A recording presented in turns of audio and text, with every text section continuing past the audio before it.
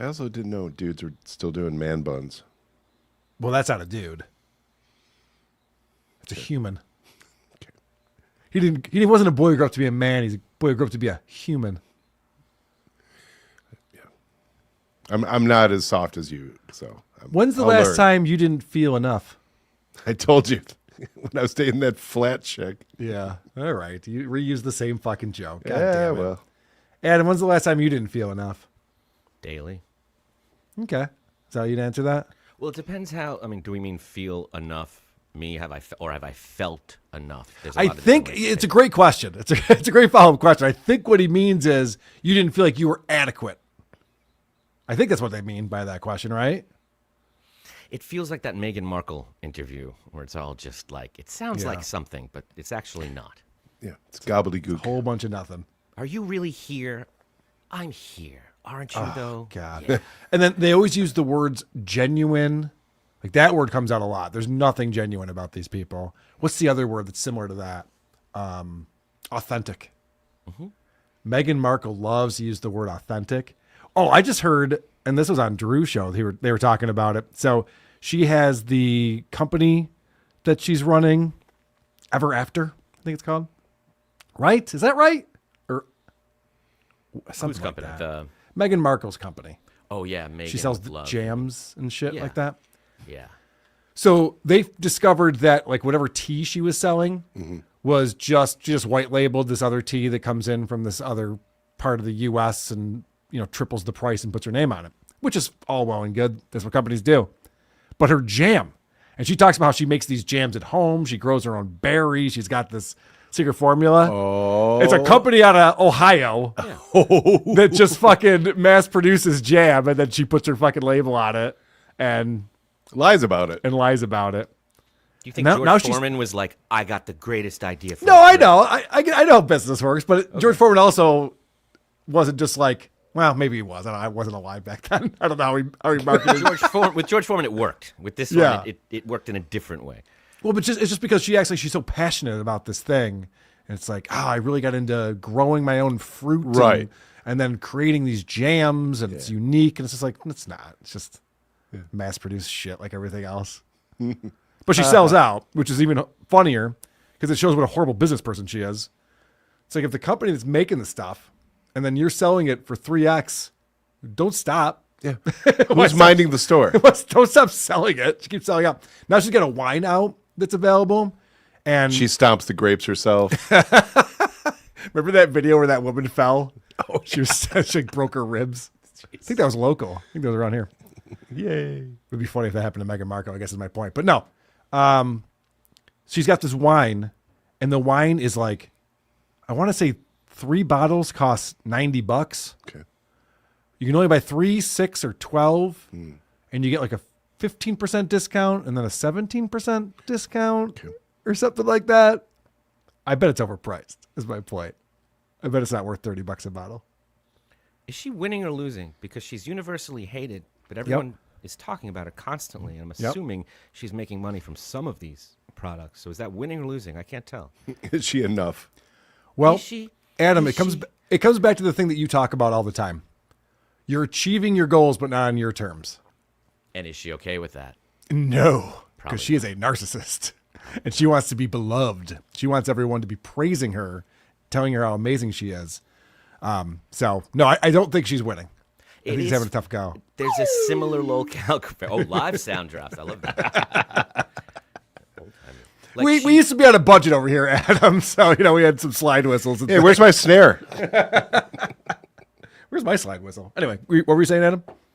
Oh, just that she's universally hated. Like, it's just everyone's in agreement of that. And it's like Opie, where everything she does makes her more hated. They have to have realized that. Like, every step is another rake. Every time. See, I don't think they do. I think, especially with a person like Meghan, she has surrounded herself. She's so insulated from the rest of the world. Remember, she was going to sue South Park when that episode came out? Mm-hmm. Like, that was her immediate thought, was like, we got to sue them. It's just like, no, you got to become a human.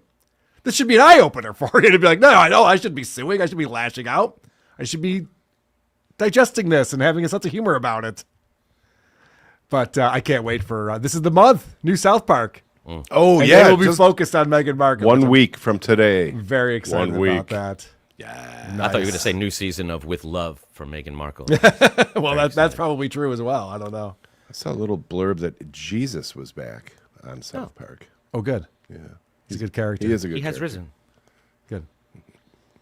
People are here checking out the show. We got a great show for you today.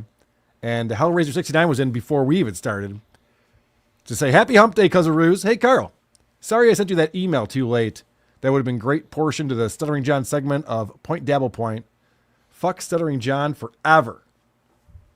No worries, Hellraiser. We got a lot of times to talk about Stuttering John. Yeah. It's almost never ending. It's always a good time. The show that never ends. James R. Adam, what church are you at? Very, very good question. It's the Nexium. Is that what they call it? I believe it. This is our headquarters. This is where we hang out. Yeah. Kind of the communal room, you know. You know, you're a character actor. That actually makes sense. Scientology might be a little bit too good for you. You're more of a Nexium kind of guy. Yeah, I don't really want to succeed. I want to be right in the middle there. That makes sense. Just do it for the boss's Lady Kmart. Oh For my the gosh. Boys. For The the boys. boys. I actually have a brand new video drop that I'm very excited about. Just do it. Yes, Opie. Yes, Opie. This guy fucking gets it. Faust or famine? Adam, I've been dying to ask you. I said, where's that beard at? The beard is on my face. Norab Nibrak. Producer Chris rules. This guy's been a member for 2 months. I think he rules. What do you think about that? Fine. Not to discount what producer Chris does around here. Very little. Go fuck yourself. Almost nothing. But he does it so well. He does, and he's a friend. And it's nice to have him over. Otherwise, it's be down here alone. Remember that SNL skit where Mike Myers, I forget what he plays, a middle-aged man, I think, and his sidekick is drinking buddy? No. Anyway, it has nothing to do with our conversation here. You're a great producer. We love you. Quality banter. That was a professional segue. Thank you very much. The best. Amanda Lynn Nappy. You know, we have this thing called Super Tip. No time. Have you seen the Chewy Network has Super Tip now? I think they were leading the leaderboard last I checked. Ooh. They're crushing it with Super Tip. Ours is supertip.gg/WATP. Bookmark it, memorize it, write a song about it, because you're going to want to go over there like Amanda Lynn Nappy has done. I had stuff going on last week, so I'm late sending my condolences. Well, thank you, Amanda Lynn Nappy. Much appreciated. By the way, I have so many notes from people, and I'm just behind, but I will get back to everyone.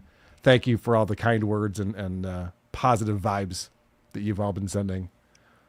Audiophile America coming in.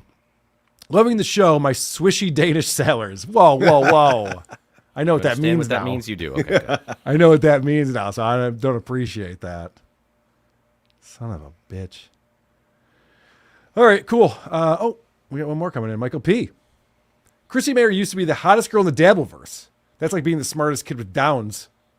R.I.P. Tara and go Bills. Who is it now, Michael P? Who overtook Chrissy as the hottest girl in the Avariza. Oh, I mean, you were asking Michael. I'm sorry.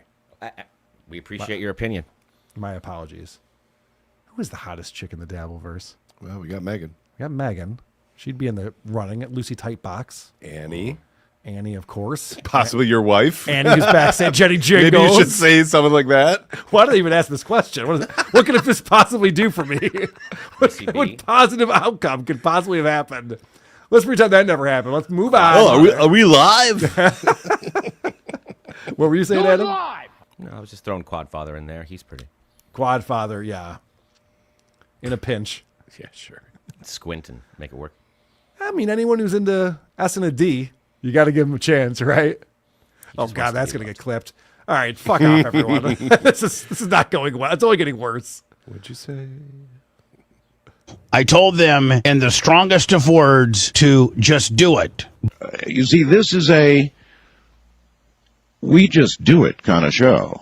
Just do it. Are you a boner guy? Oh, I was a boner guy. You know what? I miss penis. What are you talking about? I'm the one who should apologize. Is it going to be absolutely riveting. Is it going to change your life by any stretch? Probably not, but it's going to be at least entertaining, okay? By the way, for those people that are in the back, remember to shut the fuck up. Cuz-a-roo, slap-a-rooney. Hey, if you Go. Carl, what doesn't annoy you? Episode 35. Cuz-a-roo, slap-a-rooney. It's showtime.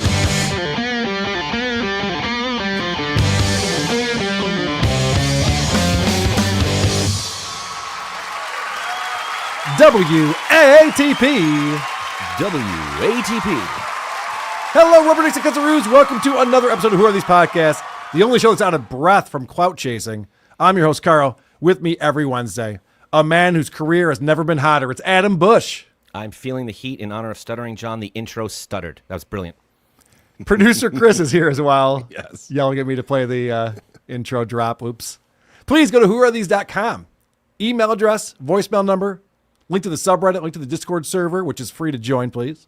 Link to our merchandise, link to our YouTube channel, and that link to Patreon and Supercast featuring 2 exclusive bonus episodes every month. We just dropped one. We did another crossover with Blind Mike talking about Julia Fox's autobiography. And Julia Fox is in high school now, I think. Oh, wow.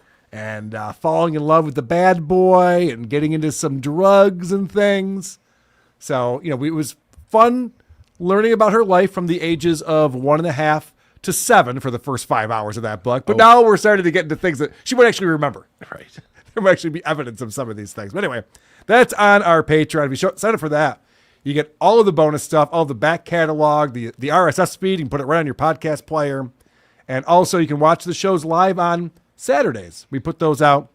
Anyone's on our YouTube channel or our Patreon, they get the link to watch us live on Saturday or anytime thereafter. We leave those up for everyone. All the mini bonuses I was just on with Drew Lane yesterday. Did another riveting episode. We talked about Martha Quinn's podcast because she just got inducted into the Radio Hall of Fame. Remember Martha Quinn? I do. MTV, yeah. I thought she was bartending at that place we saw in Detroit. She does that too. Okay. Yep. And but apparently she's a Hall of Famer, much to Drew Lane's chagrin. He sees all these people getting inducted. Well. Bob and Sherry are in there. That's a show we've covered a few times. They just got inducted into the Hall of Fame. But anyway, you get all that stuff on our feed when you go to patreon.com/whoarethesepodcasts. We are going to be live September 5th at the Villa Roma Resort in Callicoon, New York, which is not far from New York City and the tri-state area and Philadelphia and New England. We encourage you to come and see WATP Live, WATPlive.com for tickets, September 5th. It's going to feature, obviously, us, the 3 of us, but also Anthony Cumia is going to be there, Chrissie Mayr, the great Missy B will be there, Jenny Jingles. It's going to be a hell of a show, so we want to invite you to come down. It's part of this Chrissie Mayr content house that they're actually doing at a resort. So it'll be the content house portion will be streaming, but also people will be there and you can mingle with everyone and it's all live. And we're going to have a separate show that's in a theater and come down and hang out. You can get a room for the night or you can come in and get out, whatever you want to do. But check that all out on WATPlive.com. And of course, we're live in Detroit at the Magic Bag, themagicbag.com. That's September 12th. And Dave Landau will be with us along with Drew Lane and the crew and Cardiff Electric. And it's going to be electric. We also encourage our listeners, give us 5 stars on Apple Podcasts or wherever you review podcasts and then shit all over us in the comment section. Today, we'll be talking about KarmicX becoming another grown man who needs Kevin Brennan's approval. Chrissie Mayr and Adam Busch had a conversation. We have a bombshell new report about Aaron Imholt. This is an exclusive that you're going to get from us today. Opie's friend Ron is perhaps transitioning into the realm of too pathetic to clown. Tom Myers was on Who Are These Broadcasters 100th episode, and it couldn't have been worse. Also, another round of 2 minutes with Tom, a real one. I scrubbed through this one and made sure he didn't fuck with us. You can't this time. do that. I didn't get to the answers. I just got fucking mad with I power. just made sure. Cardiff really fucked me last week, giving me a 2 minutes with Tom that wasn't a game. Adam, guy walks around like he owns the joint. Embarrassed me in front of my friends, in Take front of my it way too Detroit seriously. friends. Way too seriously. We'll be looking at your reviews and voicemails. But first, Bryan Callen finally came back from his long European vacation. And it's nice to see him go through the motions with Brendan Schaub. I want to get into that first off. Now, as we know, the Fighter and the Kid recently moved out to Austin, and they're doing the show from a whole new studio. And Brian's been living there for a few months, and Brendan's moved there recently and is having a hard time acclimating to the area. He's really an LA guy, and it's been tough for him. But at least he has friends there. You know, when Brendan Schaub moves there, it's like Joe Rogan and the Mothership and all the comics, and Bryan Callen, his longtime co-host on The Fighter and the Kid. So I want to start off by looking at a clip from the Golden Hour, Chris D'Elia, asking Brendan about how things are going out in Austin. So how far do you live from Bryan Callen? You know, I have no clue where he's at. Now that's a friend. Right. Do you understand? Yeah, I get it. That is what a good friend is. No. Is that insane? Yeah. This guy moves out to be with this guy and do this show, and he's never gone to his house or even knows where it is. You would think that'd be the first thing Bryan would be like, yeah, man, when you get in, swing over, or let's go out to eat, come back here, watch UFC or something. No idea where he lives. That's where his family and the people he cares about are at. Why would he bring him there? It's worth noting that he is bracing the chair like he always is now. He's like holding on to it like it's a life raft, this Brendan Schaub. Oh, God. Every time I see Eric Griffin's face, I kick myself. Like, why are we not making fun of this idiot more? I keep forgetting. Because it's too easy. It's too fun. It sucks. No, the good friend's right here. You two are pieces of shit, okay? That's what that is right there. He don't know where Bryan lives. So has Bryan been on the lake with you guys? Bryan hasn't been on the podcast. Dude. He's in fucking Italy looking at That's got to be the first time Chris D'Elia said something funny. From what I could tell. That was well placed and well said. statues with dicks. Dude, yeah. Fucking Bryan on the lake. We should get him on the air. Yeah. Okay, so let's get into it. We have our friend back, and this is called Rinks is Back, episode 1100 of The Fighter and the Kid. And the other element that we've been talking about is their producer, Chin. Now, Chin also had to move from L.A. to Austin to continue to produce The Fighter and the Kid. And they've been clowning him because he has nowhere to live. And he's been having to fly back and forth from L.A. because there's nowhere to go. Well, I'm happy to tell you that turns out Chin has a new place. He finally found a place to live. No, How about Chin's living here full time now, dude? How you feel, buddy? You like where you're living? I kind of do, yeah, but I have to. How far is it from here, Chin? Dude, like 8 minutes. Oh, damn, it's super close. But I mean, I have this ridiculously huge backyard that I'm not going to use. All right, it's like, but I have to pay for like the mowing by twice a week. Damn, no, sorry, twice a month. Okay, so maybe you can do some sprints or some yoga. There's so much room, Bryan. Get out in the sun. Yeah, that's great, man. I've seen the video. It's less than an acre. I don't know what he's talking about, but I think this is very typical of people from LA. They're like, holy shit, there's so much space. I have a yard. It's crazy. I can play cornhole back there if I wanted to. It's wild what's going on. But he's complaining about it. Mm-hmm. Is Chin working the sound? Is that his job? So he's just stopped doing his job then. He's just given up. Well, do you think it sounds like shit? Is that what you're saying? Yeah, it's overmodulated. They're all distorted, even him. It's always overmodulated. Yeah, I know. I hate it when I'm editing it because I can even just see it in the waveform. Yeah. So what's he doing? He's not doing his job. Well, competing with the AC. You are gonna find out in a little bit what they make Chin do because these guys do zero prep, and at certain points in the show they go, "All right, Chin, what do you got for us?" Oh my god. Yeah. So it's intentional. He does know what he's doing. We're gonna see that for sure. Yeah, you think he's sabotaging these guys? Absolutely. It's a very simple fix. Mm-hmm.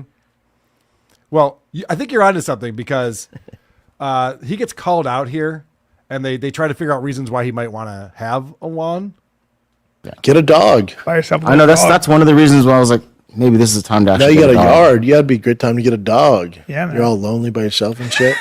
It's gonna be a little lonely. Yeah, get a dog, For a man. while. You got that big yard. Get a dog. You don't like mowing lawns? Brennan goes, you don't like mowing, as if this guy's mowing lawns. for a job. What's your problem, man? You don't want to get a push mower out there? He goes out of his way to be a dick. He does. You're lonely, man. You should get a dog, you lonely prick. He's like, yeah, I am lonely, actually. Thanks. He's projecting, and it was a week ago that Brendan was like, I don't know where to get my coffee yet. Yep. Oh, no, this is definitely like the bullied becoming the bully. Oh, you're For not sure. acclimated yet? That's all you've been talking about for the last however many episodes, Brendan. Mm-hmm. And so, of course, we get into the question about, like, are there a lot of bugs out here? You guys notice there's a bunch of bugs out here in Austin? In Texas, like bugs, you got to get a guy who takes care of the bugs in your yard. There's all kinds of shit. Yeah, you do all sorts of shit. Do you guys see bugs in your house? Oh, my God. I told you about the Tarantulas tarantula and hawk. shit. Yeah, all kinds. Dude, we got a road runner at the house. That little motherfucker, first of all, they're cool. And he just fucks up lizards, whatever, man. Oh, yeah. Yeah, I like seeing him around. Oh, yeah. A nice road runner? Yep. I feel like they're good. We luck. got fox. We got raccoons. Deer everywhere. I haven't seen, besides these crazy fucking insects and snakes, I haven't seen anything dangerous. Yeah, Like, I saw a garter snake. I see deers all the time. Is he doing that on purpose? Because he says it a lot, deers. Yeah. Is that a joke? Because he's dumb. No, he's stupid. That's Stupid, no so joke. So if you're like going for like isn't it funny I pronounce it wrong thing? It's No. like, well, that's not for you. He's stuttering John when he would say beers. That's what he does. Yeah. Get some beers. By the way, they don't like each other at all. No. You're looking at this body language? Yeah, this guy doesn't want to be here, Brian. And No. I'm just trying to imagine the person that's listening to this, and then someone comes over to tell them something, and they're like, no, hold on. I got to finish this list of animals. Give me a second. Like, who is Raccoons. listening to this? Oh, I know. This is so phoned in. It's crazy. Also, I like that Chin goes, a lot of bugs in my place. You guys have bugs in your houses? Like, oh, yeah. Tarantulas, scorpions. It's crazy. Oh, you could have told me that before we all moved to Austin, right? Someone could have given me a heads up. This is how on Sucker. Earth. Yeah, we're living at Hell on Earth, and this is cool with everyone. Now we know that Chin hasn't been listening to the show, because that's all he's been talking about. Well, I thought this was really interesting because Chin starts telling a story about how he actually has one friend. There's one friend that he has living in Austin. One thing I'm excited for is my buddy Steve, who lives here in Austin. So thankfully I have some friends here. He was telling me, like, let's go, when you're settled in, let's go hunting and fishing. And apparently, I thought I needed a license to hunt for, some stuff here. But for pigs, you don't need a license. You can just hunt them. Okay. So he has one friend. They're going to go hunting. Doesn't need a license to go after wild hogs, which is something that Brian was talking about when he was selling Brendan on this move. Because Brian has this rich friend who flies a helicopter and hunts from the helicopter and takes out these hogs. Sounds fun. Sounds like cheating. It does. It does sound a little bit like cheating. But because they brought up hunting pigs, he has to remind everyone about his cool friend. You can just hunt them. Oh, that's cool. Which is dope. I cannot wait to do that. Where's them piggies at? Everyone says there's a big pig problem. I haven't seen any of I them. haven't seen any piggies. I know, man. And apparently they're all over the place. Ain't seen them. They keep telling My me. buddy Shane, when he's on his helicopter, Yeah, he shoots see them. hogs all day long. I don't see no piggies. No, me neither. I didn't see one pig. I said ain't a bunch seen of one deer. pig. This is a weird thing that they do on this show. It might be a West Coast thing, or it might just be these guys have a lot of things to talk about. They just repeat the same thing. You see any pigs? I don't see any pigs. Yeah, where are those piggies at? I don't know. I don't see pigs.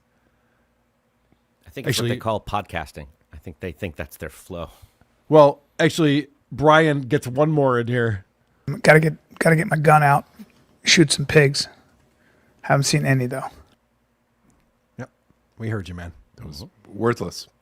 Guys, it'd be cool if we were shooting pigs, but I don't know where they're at. My buddy in the helicopter knows where they're at. I don't know. I have a gun. Cool. Yeah, I gotta find those piggies, man. Piggies. Love them guns. Yeah, piggies and guns. Yeah. Chin, you were saying something? You have a friend? What was that? I think this What's that Brendan- like?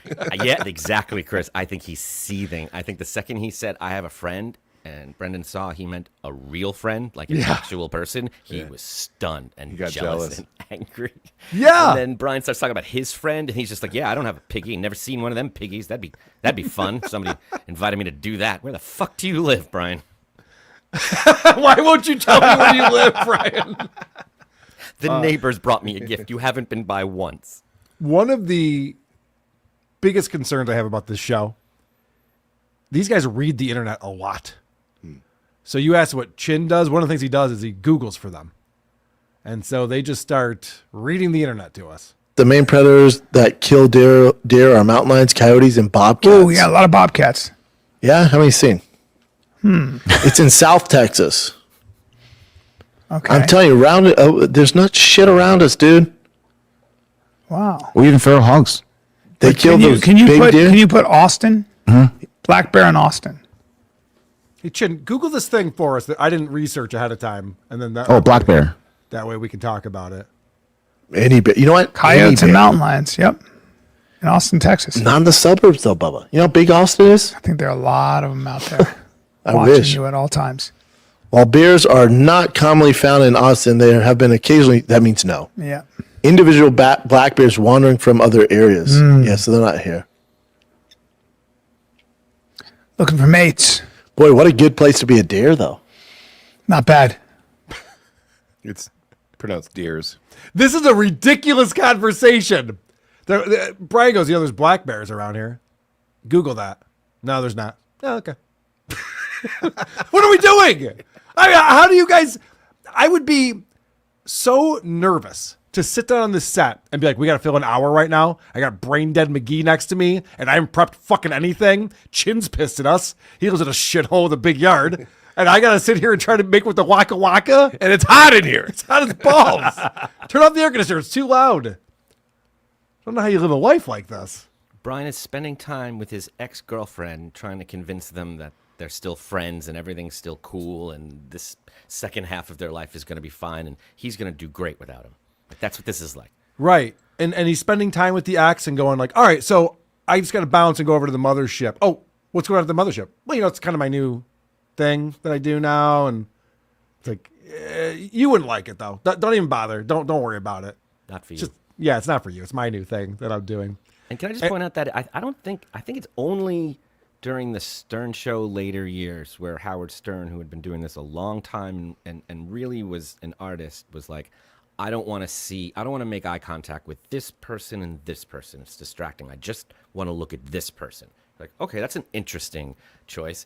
These two made the choice, we're not going to face each other. We don't want to make eye contact. We're going to have a conversation and look elsewhere. And it's causing this real fractured, uncomfortable, like couples therapy session it feels like we're looking at. And it's not like they're looking into the camera. It's one thing if you have like two co-hosts next to each other and they're looking straight ahead and they're presenting to the camera. They're just like sitting there going, well, Chin, what do you got? You got anything over? Got anything to talk about over there? I mean, look at how bad this gets as far as Brian like trying to figure out what to talk about. Yeah. I ate some elk yesterday. How was it? Very good. Little elk backstrap. Courtesy of a guy named Tim Kennedy. That'll do it. Got a lot of game meat. Yeah. What do you got, Jim? All right. There's not a ton of current events, but then Nick actually had a bunch. So I'm going to jack some of his. But for the first one, let's check this out. This is real time right here. Look at this. Have you found any good restaurants out here yet, B? Really good sushi. I had some elk meat. Cool. Hey, man, find something on the internet for us to look at. You have any, go to any restaurants that were good? I mean, what? This is the worst kind of small talk. Guys, we're on air. Guys, I see that sign up there. It's on air. We're streaming this live. What do you do? Well, they actually don't stream live because they're pussies. But, Brendan's not a performer. He can't pretend that everything Brian says is like a dagger in his heart. Every time he expresses having a life and just enjoying his life, he's like just bitter and angry about it. Wait until you see what's coming up, Adam. There is a huge moment on this show that I'm very excited to show you. But first, we asked about restaurants. We got to get into some barbecue talk because Brendan Schaub loves, since he's moved to Austin, he's wearing the cowboy hat and he's got the boots and he eats barbecue. He's fitting right in. Have you found any good restaurants out here yet, B? Really good sushi. Yeah, there's good sushi. Make sure you have all the money, though. Yeah. There's this place called Soto that flies their fish in from Japan. Can't be cheap. It's so expensive, but it was so good. Mm-hmm. I was like, I'd like another plate of that place. Anything else? You're not a big barbecue guy, are you? Like brisket, ribs? So there's a place called Leroy and Lewis. It's the best barbecue I've ever had in my life, by far. Now, this is a very interesting dynamic you're going to see because Brendan wants to be the expert. He's been the one checking out all the restaurants. He knows all the good barbecue places. He's talked about that. So he goes, yeah, but what about barbecue? And Bryan has an answer. Brendan does not want him to have an answer. What's that? Did I send you that video? No. It's near the airport. It's so fucking The good. airport's too far. No. It might. So I ate with 4 people, right? Yeah. And all of us said at the same time almost, that's the best pulled pork I've ever had in my life, including me. I judge every place off its brisket. Anybody can do pulled So pork. it's the best brisket I've ever had in my life. It's the best cornbread I've ever had in my life. Interesting. But it's near the airport? Yeah, I need you Too to go. far. No, it's too far. I need you to go there. No, there's too much good barbecue closer. Well, it's like 20 minutes away from the airport. I don't know what that means. You know, everything's 20 minutes away, right? That's half. See where Leroy and Lewis is from here. Leroy and Lewis. It's the best fucking barbecue I haven't eaten had bad everywhere. barbecue here, though. Interstellar's I've been supposed to to- be great. Have you eaten there? Yes, sir. Okay. It's fantastic. Salt Lick, I'll go tomorrow. Good stuff, guys. Brendan pretends to be a connoisseur. Yeah. He's like, I haven't had a bad barbecue yet. It's like, oh, then what are we talking about? Why did you ask him if you're going to naysay every fucking thing he says? I know. The guy who lived in LA for the last couple of decades is just like, oh, how far away is that? It's like, everything in LA takes an hour and a half. What are you talking about? What are you All worried he about? was thinking was, who were those 4 friends? Yep. Oh, so you had 5 people sitting there and 1 seat empty, and you didn't. Okay, that's fine. That's fine. Yeah, it's too far from me anyway. It's all the way by the airport. I wouldn't go there. What a all child. all the barbecue's good. He's such a child. The fighter is the kid. Right. No, Bryan brings up elk, and he just dismisses it. Well, I haven't had elk, Yep. so it can't be good. Moving on. Yeah. What do you got, Chin? What, have you had any good restaurants? The sushi's pretty good. All right, whatever. How about barbecue? Made it clear Chin can't afford any of this. Oh, yeah, for sure. You've got nothing, and you could have stretched that out for a minute at least. But all right, this is really the crux of the episode right here. Okay. And Adam, you brought up earlier you think that he's sabotaging the show with the overmodulation, and there could be other passive-aggressive things that Chin is doing here. He's not helping. Well, this might be the most passive-aggressive thing that he's doing, because this is the first thing when they go, Chin, what do you got? This is the first thing that he brings up. What else you got, Chin? Okay. Have you seen this? Can you guys answer this equation? So 2 + 2 × 2. Yeah, It'd be 8. it'd be 8. Final answer? 4 × 2 is 8. No, 2 + 2 is 4 × 2. it's 8. 4 × 2 is 8. Are we missing something here? Yeah. I like how smug Bryan is. He's like, yeah, no, I got it. I showed my work and everything. Brendan's going, oof. Let's see. There's 3 different 2s, but borrow a pencil. there's that Well, he answered multiplication first, but there's symbol. trust issues. There's trust issues. Yeah. But obviously they're being set up here. They wouldn't be that easy. Right. They wouldn't be showing that if it was that easy. Wait, 2 + 2. 2 + 2 Is 4. 4. Times 2. 2 + 2. Is it 4? Times 2. No, that'd be 4 × 4, 16. Try it on your calculators right now on Holy your phone shit. and see what happens. He just said it was 16? Yeah. All you had to do is just be like, are you sure about that? I don't know, 23? I don't know. Fuck. No, I'm not sure. You probably should have researched this. But, Adam, why would Chin pull this up if not to just embarrass these guys, right? Mm-hmm. That's right. the only reason to do this. Because we find out the answer to this equation. And notice I like Adam. I'm not challenging him. I'm not asking him. And same with Chris. I'm not asking either of you guys what you think the answer is. I like Chin for doing this. I love that He's Chin did Make this. me get a big I yard with could bugs answer in it. correctly, just choosing not to. That's all I'm doing. Correct. We all know the answer. It's very easy, but Brendan's blown away by it. Is it 16? 2, 4. Oh, nope. Brendan's taking his shoe off to count his toes. 2 + 2. I'm missing something because it's 4 × 2, isn't it? Most people would agree with you, but It's that's not how 6. it works. Yeah. Why is it 6? Because you have to do multiplication before you do addition or subtraction. Oh, so 2 × 2 is 4 4. + 2. Plus 2 is 6. Oh, wow. Oh, wow. Go figure.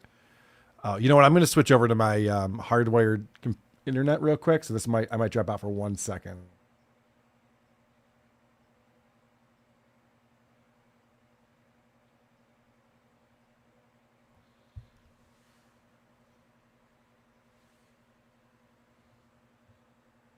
thing.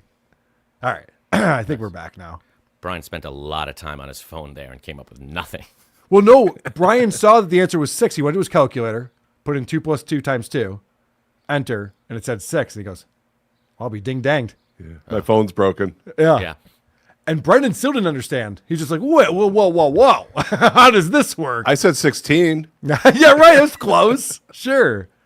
And what's funny about this is that he's supposed to now show a video of people who don't know the answer to this. But instead, the co-host didn't know the answer to this. So it's going to be really difficult to be like, all right, let's clown these idiots who don't know how math works. So this falls very flat. Interesting, yeah? Yeah. I totally forgot about this as well. Shit. It's just people just getting it wrong. Yeah, because I mean, obviously most people would just be like 2 + 2 is 4, 4 × 2 is 8. Yeah. So Yeah, like these two idiots. That's who you're talking about, Chin. Right to their faces. And watch Brendan's response. Well, the more you know, Chin. Thank you for that. You're welcome. Thanks, asshole. Thanks for making us look stupid on our show. Hey, you told me to bring something up. Appreciate it. Yeah. And right, they brought nothing. Chin's like, I got a thing. How about I humiliate you now? Thanks, Chen. Yeah. You're the Sounded best. Keep up the good work. You're welcome. Sounded very sincere. Now, this is my favorite part of the show right here. Because they don't end up showing this video. Obviously, it's not going to work. Watching other people get this wrong. No one's going to say 16, I guarantee. No one's that dumb. So it could only be better than what these guys came up with. So then they go to the next story.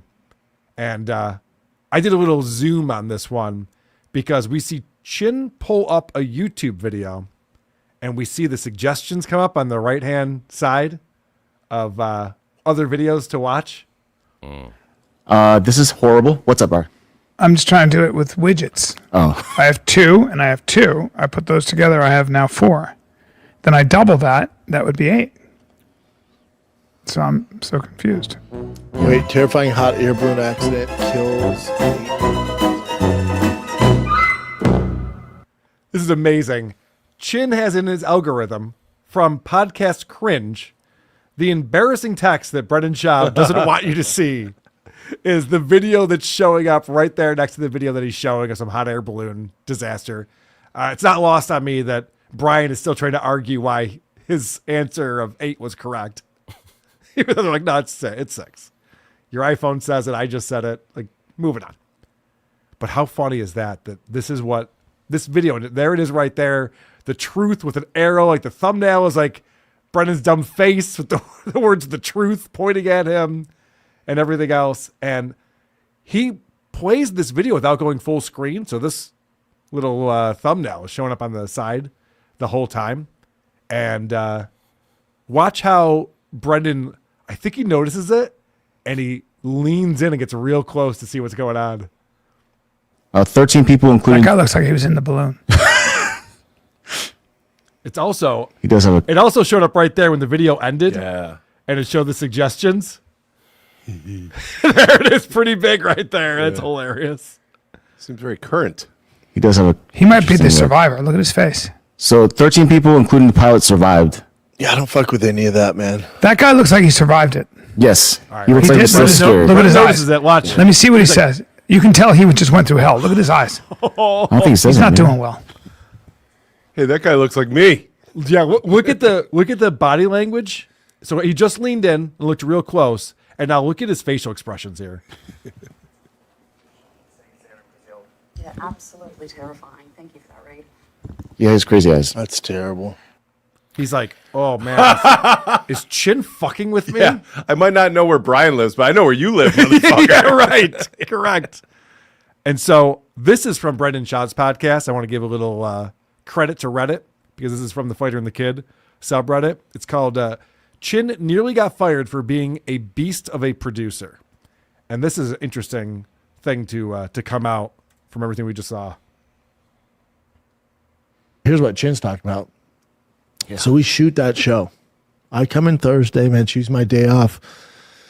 I come in Thursday and we shoot this show, and then one of the cords wasn't connected all the way in, and it just shut down the power of all the cameras and TVs. Literally, we're about an hour in.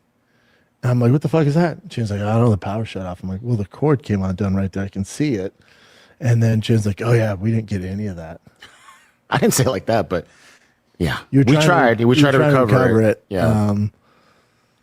I mean, how long have you been doing this? Over 10 years with me? You've never messed up. I know that was the biggest. If you're like one. a new intern, I would have fired you on the spot. I know. I was so upset. And you would have been right for it. But you know what? I got the text that Tiger made the team. Yeah, right at that moment. I said, oh, Chid, dude, God works in mysterious ways. I'll redo the show. Yeah. You could have called me like, hey, man, your dog just died. I'm like, what? Tiger made the team, though? And I'd be good, baby. I'll be good. I'm fucking stoked, dude. Fucking stoked. Stoked, man. What a great friend. Is that crazy? I just wanted you to know that I definitely would have fired you. But it turns out that I'm putting all of my hopes for happiness in Austin on my son playing Little League. And he made the team. So I'm going to give you a pass for that reason. And I want to point this out. I got shit for this in our subreddit, I think. I don't know where I was reading it. I read shit about me a lot of places. I think it was our subreddit. People were telling me that I don't know anything about parenting and talking about when Brendan is depending on his son being successful at baseball in order for him to have happiness. I think it's bad for both parties. I think it's a horrible pressure to put on your 10-year-old son who's played baseball. Yeah. And it's a ridiculous way to live your life and try to like get through this thing you're going through. Like, you got to figure it out for yourself. And you saw it right there where it's just like, yeah, Chin fucked up big time. And if I didn't know him so well, I didn't force him to move out to Austin, I would have fired him on the spot. I would have taken out all my anger at the situation I put myself and my family in on Chin is what he's trying to say. Right. Because literally it's just like the only thing that saved him was the fact that his son made the baseball team. What a prick. I think people in the subreddit are pointing out that you can't even put a number or a price on that feeling you get when your kid wins the big thing, and that can affect absolutely everything, and it can even validate a move. However, I think what you were pointing out and what we see so clearly here is that there is never a situation where you can say to an employee, no matter how horrible the thing is that happened to you, that you did, I would not be affected by it because this thing that happened to me was so great. That's just fucking cruel and weird. Yeah. He's like, Jen, you're lucky that happened at that time, or else you'd be out on your ass. Which is the same as just saying, like, I should have fired you. Yeah. It's a great feeling for a guy. Also, I'm a godlike creature. Yeah. Controlling your existence. The implication that what they lost in that session was irreplaceable. You know, when they were talking about how the parking is and what the weather's like. Right. All right, so that's Fighter of the Kid this week. Keeping an eye on those two guys. Coming up, we got some KarmicX stuff. Chrissie Mayr and Adam Busch had a conversation. We have a wild thing that we are breaking about Aaron Imholt. You won't see this anywhere else. I'm excited about that. Opie Radio is coming up. We find out things about Ron the Waiter we wish we'd never knew. Tom Myers is on Who Are These Broadcasters. All of that's coming up. But first, I want to thank you guys for participating in the show today by going to supertip.gg/WATP. Like, who, what, why? Gino had a high of 33 watching today. You sweating yet, Carl? Now that it's coming in. This is Howard Stern. I enthusiastically endorse this show and all of the opinions expressed in this episode. I don't think you should do that. I don't even do that. Ghost Crusaders TV. Harrow ad drum, Harrow crawa, Harrow crisp. Hawa, are you drawing true, Dre? Harry Brody Grood, I know Grood exterminators, Barry Cross to me. Why Brendran no crawl? So stupid. Okray, Bri. Bri. Love it. Asian Rob Sal. Carl, your father converted to Judaism later in life. My dad likewise became a Hare Krishna. I know exactly how you feel. That's true. That is true. Mm-hmm. That's interesting. Yeah, it is. Let's never talk about it again. Trey Peacock fan coming in. Repeating each other's words over and over isn't a West Coast thing. It's more of a retard thing. R.I.P. Papa Burger, hang in there, Carl. Thank you very much, Trey Peacock fan. Much appreciated. Ghost Crusaders TV again. In Shine Reese, we crawl pre-pole, Reich, Brendrum, Shabe. Ish Mandring, Rook, Ik, Rup. It means stupid, crunt. Okray, Bri.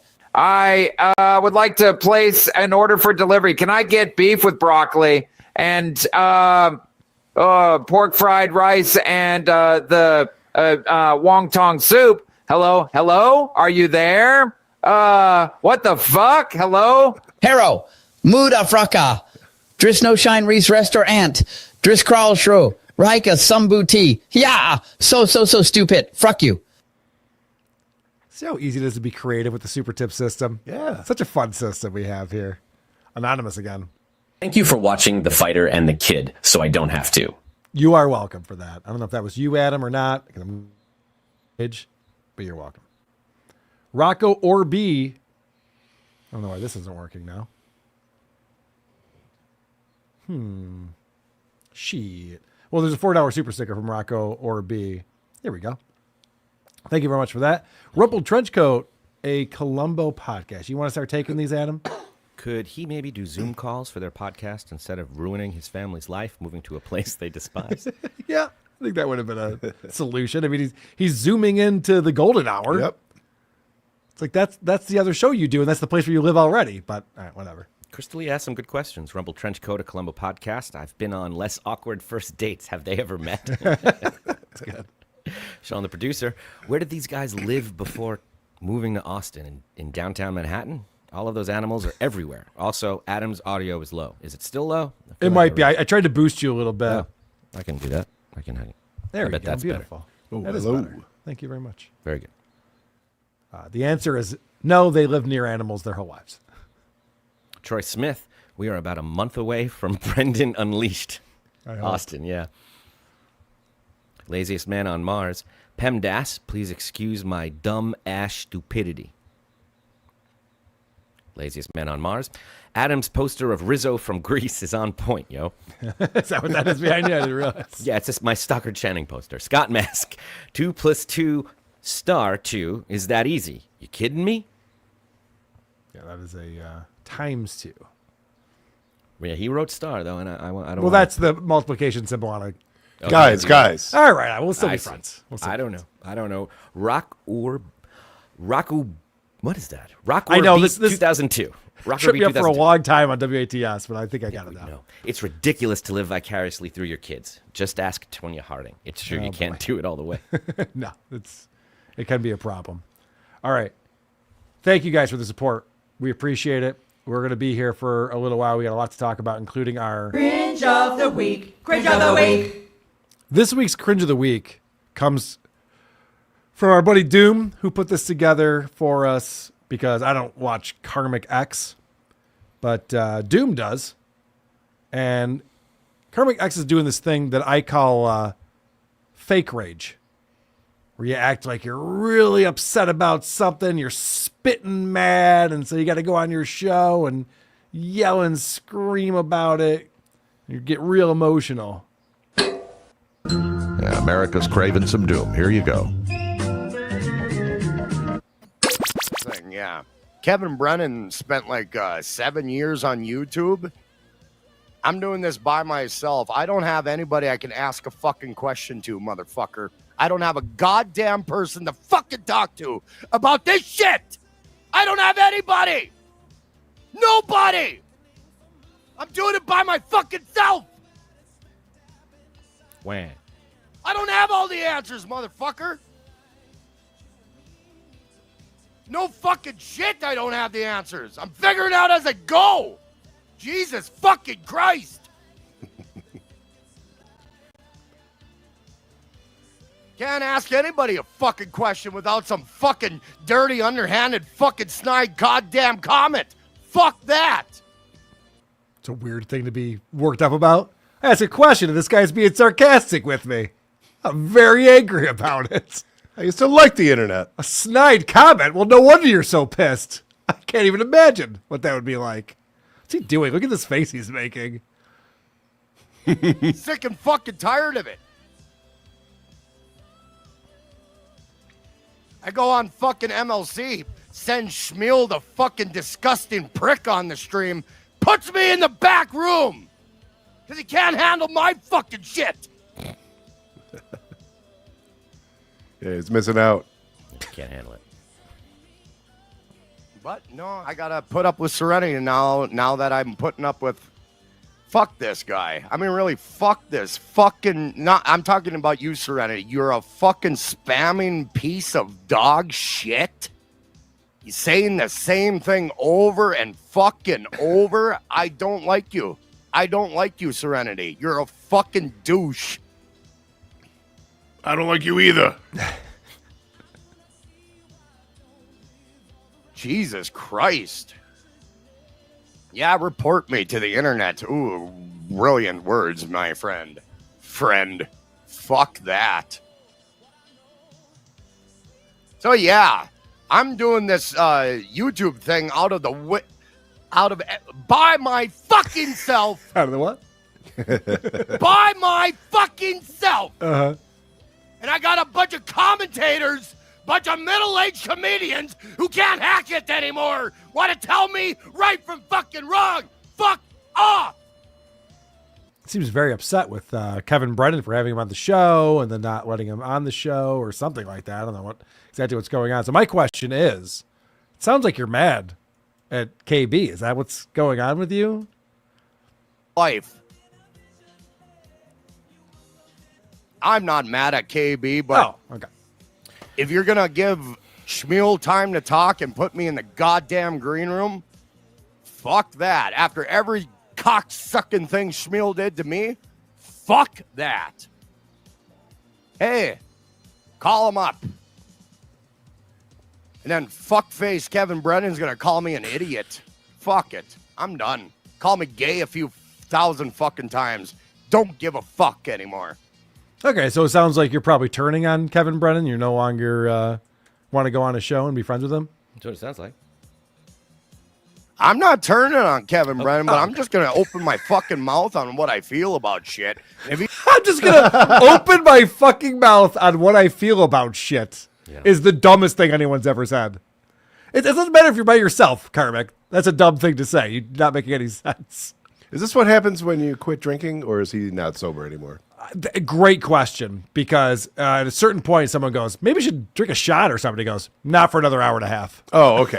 he's like, I don't want to get started too early. Gotta here." show restraint. Yeah, right. Gav, for show.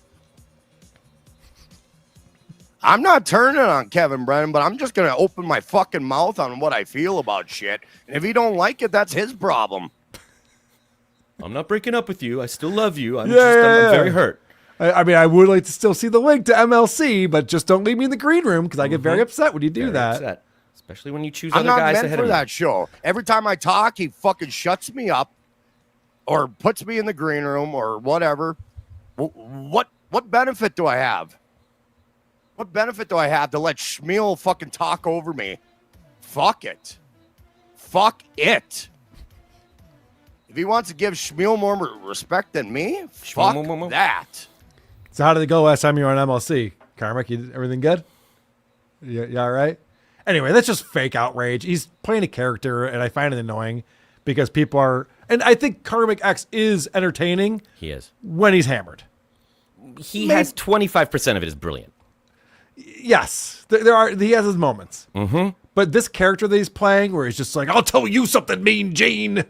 If Kevin Brennan thinks that he's going to talk to Schmuel Buckman, he's like, all right. In all my years. All right, if you say This is the problem with looking at what people like and going by what you think people want to see from you. You start giving it to them and you lose all meaning and sincerity. And this is such bad anger. If you're taking breaks during your anger to smoke a cigarette casually, you've lost all emotional connection. We used to hear Mike and the Mad Dog do that in New York. Chris Russo's, working up and there'd be these pauses because he would be doing it for so long all day that he'd be eating a bagel. Like, and they think they can talk to us like we're, and it's like, that's what you're doing, Karmic. How do we still have this coach in this town? This is ridiculous. How does he still have a job?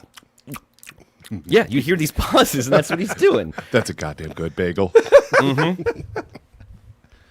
That is New York. All right. Well, Adam, what I like about you is that you have some good advice. You seem to have some wisdom, and you like to tell other people your thoughts on things. And you've been going on this tour of other podcasters, and it's been an interesting journey you've been on. And I don't use the word journey lightly. I think this really is a journey because you're talking to all different levels of podcasters.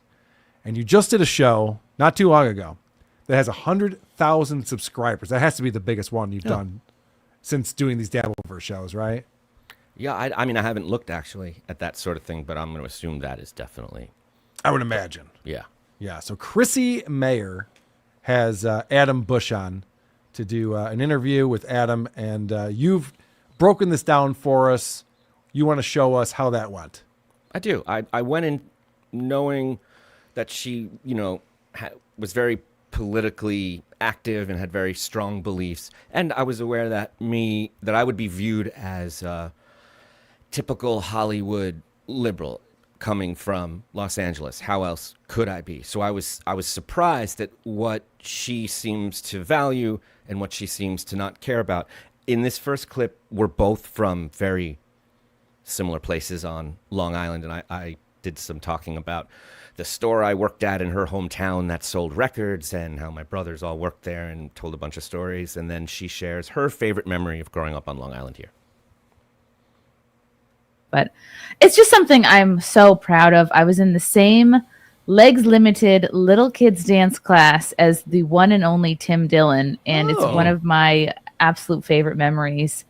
And I don't know if I'll ever find that group photo of him in jazz shoes like this. Like, he was the only boy. One of her favorite memories was being in this dance class with Tim Dillon. So they must have gotten along really well and been fast friends, I would imagine. If that's a memory, that's her favorite. I'm guessing he was a big influence on her. And oh boy, could he dance. He was a little bit portly even back then, but it was cute and he wore it well. And he was just so turn the beat up. So good. Such a good dancer. And I'm so happy to see this led him to great things. Was he nice back then? Do you remember? Did you guys get along?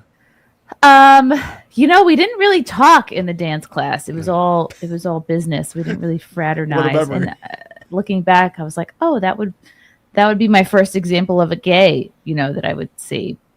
And how do you feel it affected you in terms of how you feel about gays from that point on? I like that follow-up question. We'll hear the answer in a second, but I just want to point out Tim Dillon is the least gay guy I've ever encountered in my life. Maybe he was different when he was before he was gay, when he was prepubescent. He's not swishy? Yeah, I don't think he's not swishy at all. I'm just saying.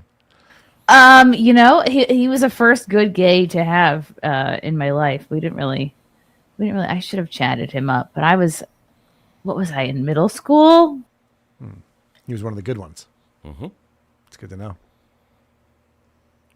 So her favorite memory of growing up on Long Island was the most famous person she came in contact with that she had no relationship with and never talked to. Yep. Okay. But eventually he became famous, so. Yeah. That's cool. It's a fun story. Maybe she thinks I'm from LA, that's what I want to hear. You talk to somebody from Hershey, oh, we have chocolate too? You want some chocolate? You must love that. You're from Pennsylvania. It's no. Yeah. Maybe she thinks she's trying to relate to me. I must love. This is early on in the conversation, kind of feeling each other out and trying to figure out where the common ground is. And in this next clip, she makes her way into the Hollywood talk. And keep in mind, like you said, she's not Joey C. This is not Jake Hudson. She has 100,000 subscribers, Compound Media. She's had a career of doing this. And we segue into Hollywood. Were you okay? I have a stupid question. Were you a vampire? Do your research, Mayor. Come on. Oh, come on. I didn't have time to watch the whole show. I did plenty of research, Adam. I did plenty of research, Adam. I did not come here unprepared like Chad, okay? Do it without looking to the right. Look me in the eyes and just keep on going. I wrote questions, for God's sake. Joey C. called it a teleprompter. He's like, I got a teleprompter right there. Well, yeah, I can't memorize questions.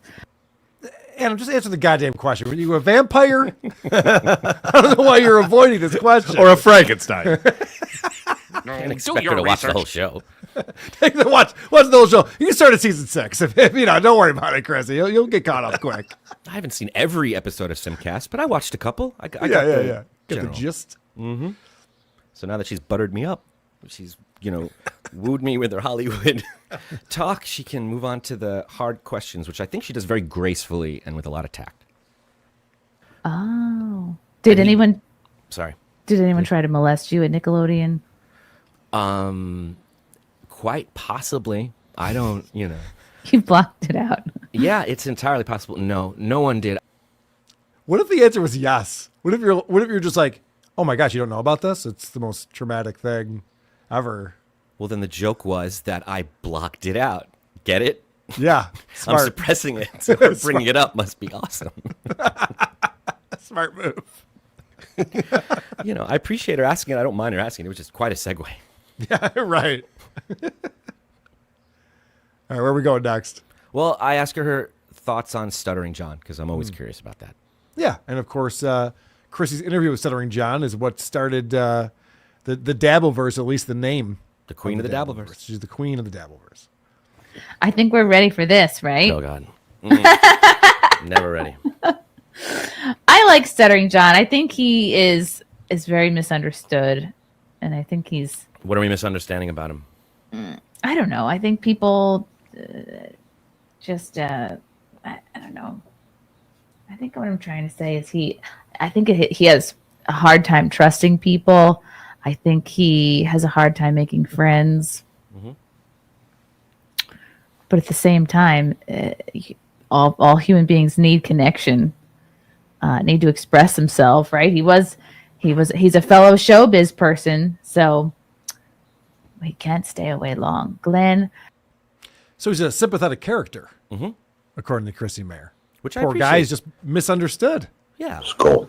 There's a lot of people in the Dabbleverse that are similar to John that don't get that kind of sympathy, that kind of just empathetic look on it. And I appreciate it. It's unique. It must be real. And I'm sure it applies to all the similar characters in the Dabbleverse. Let's hear a check on Chad Zumock.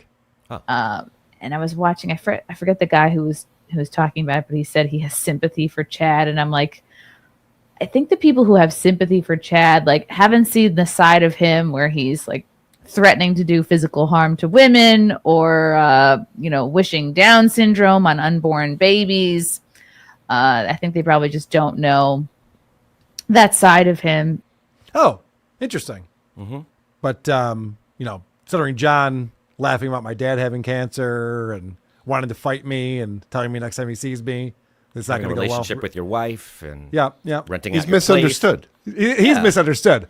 But when it happens to Chrissy with Chad Zumock, she goes, no, this guy's a piece of shit. Chrissy, assume that these other people are also pieces of shit. It's very possible. I think that's fair. That is funny, though, that she's just like, John's a good guy. What are you going to do? What do you think about Chad Zumock? He said mean things about me.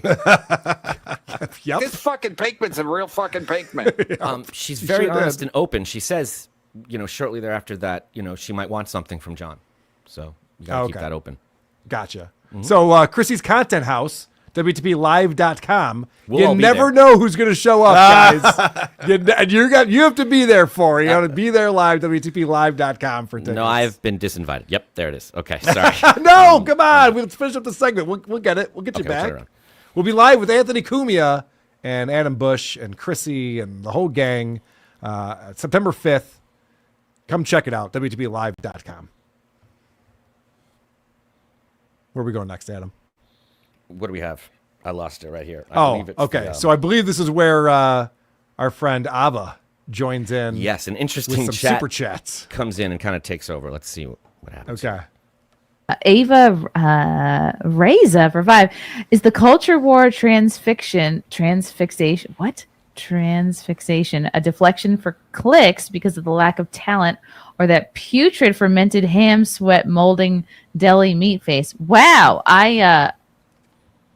this is a lot to digest. All right, so Ava comes in hot right here. And I started watching the show after this happened.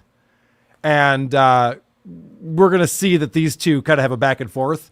But I didn't know that, like, Ava kind of was the first one to come in and be like, fuck you, bitch. Yeah. Because when I started watching, I'm just like, why is Chrissy being so mean to this Ava Reza person?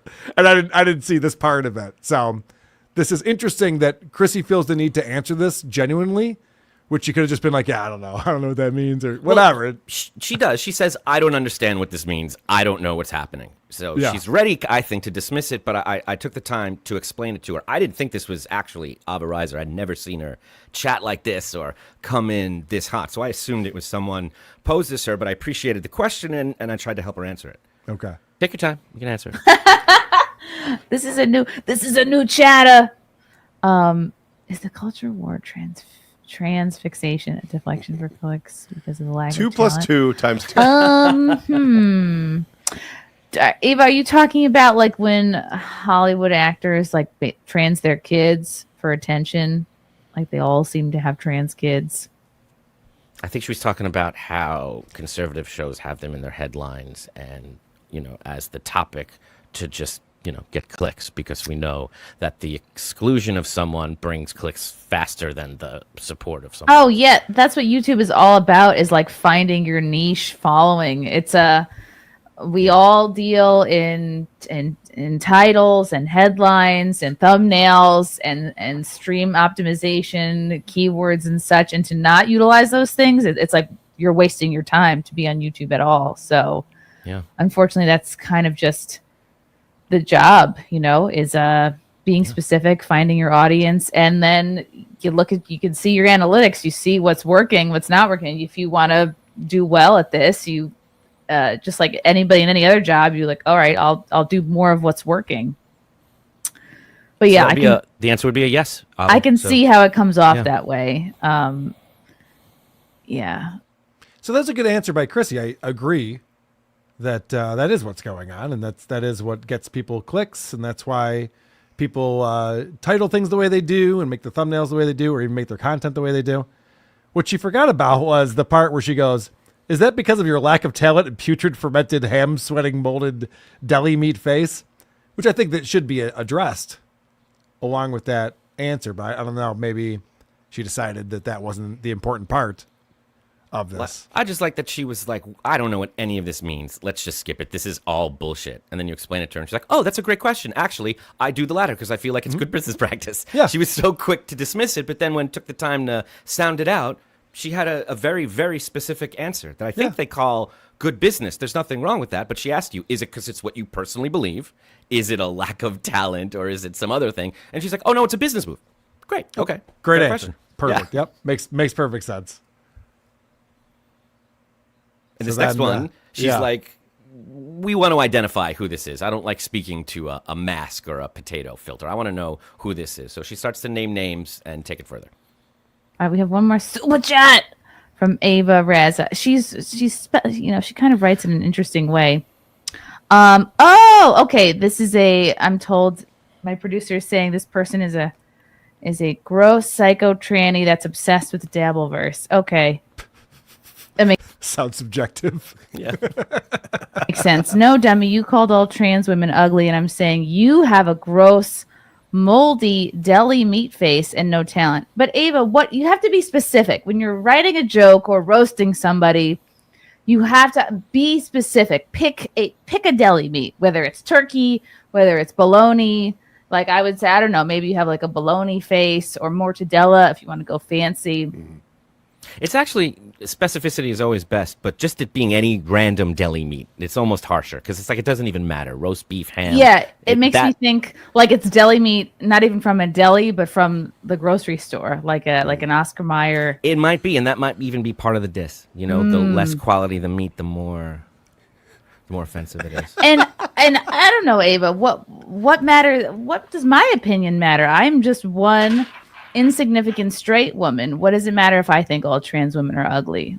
I'll probably never meet you, never encounter you in the real world. I would say don't let the opinions of people who don't matter, right?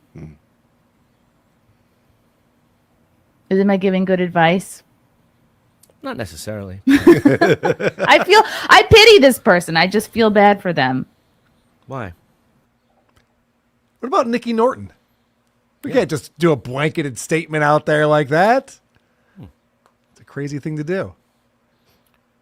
Her beliefs don't seem to be very strongly rooted or grounded in something that I can figure out. You know? Yep. And it does become apparent in this next clip right here, where she's asked to own her words, I guess. Abe is back. What insecurity drives you to attack trans people? I would ask you, Ava, what makes you think that jokes are attacks? If you're basing this off my Twitter, like, my goodness, it's a bit misguided. But also, Jesus loves you. Helen Hunt's forehead, all twins.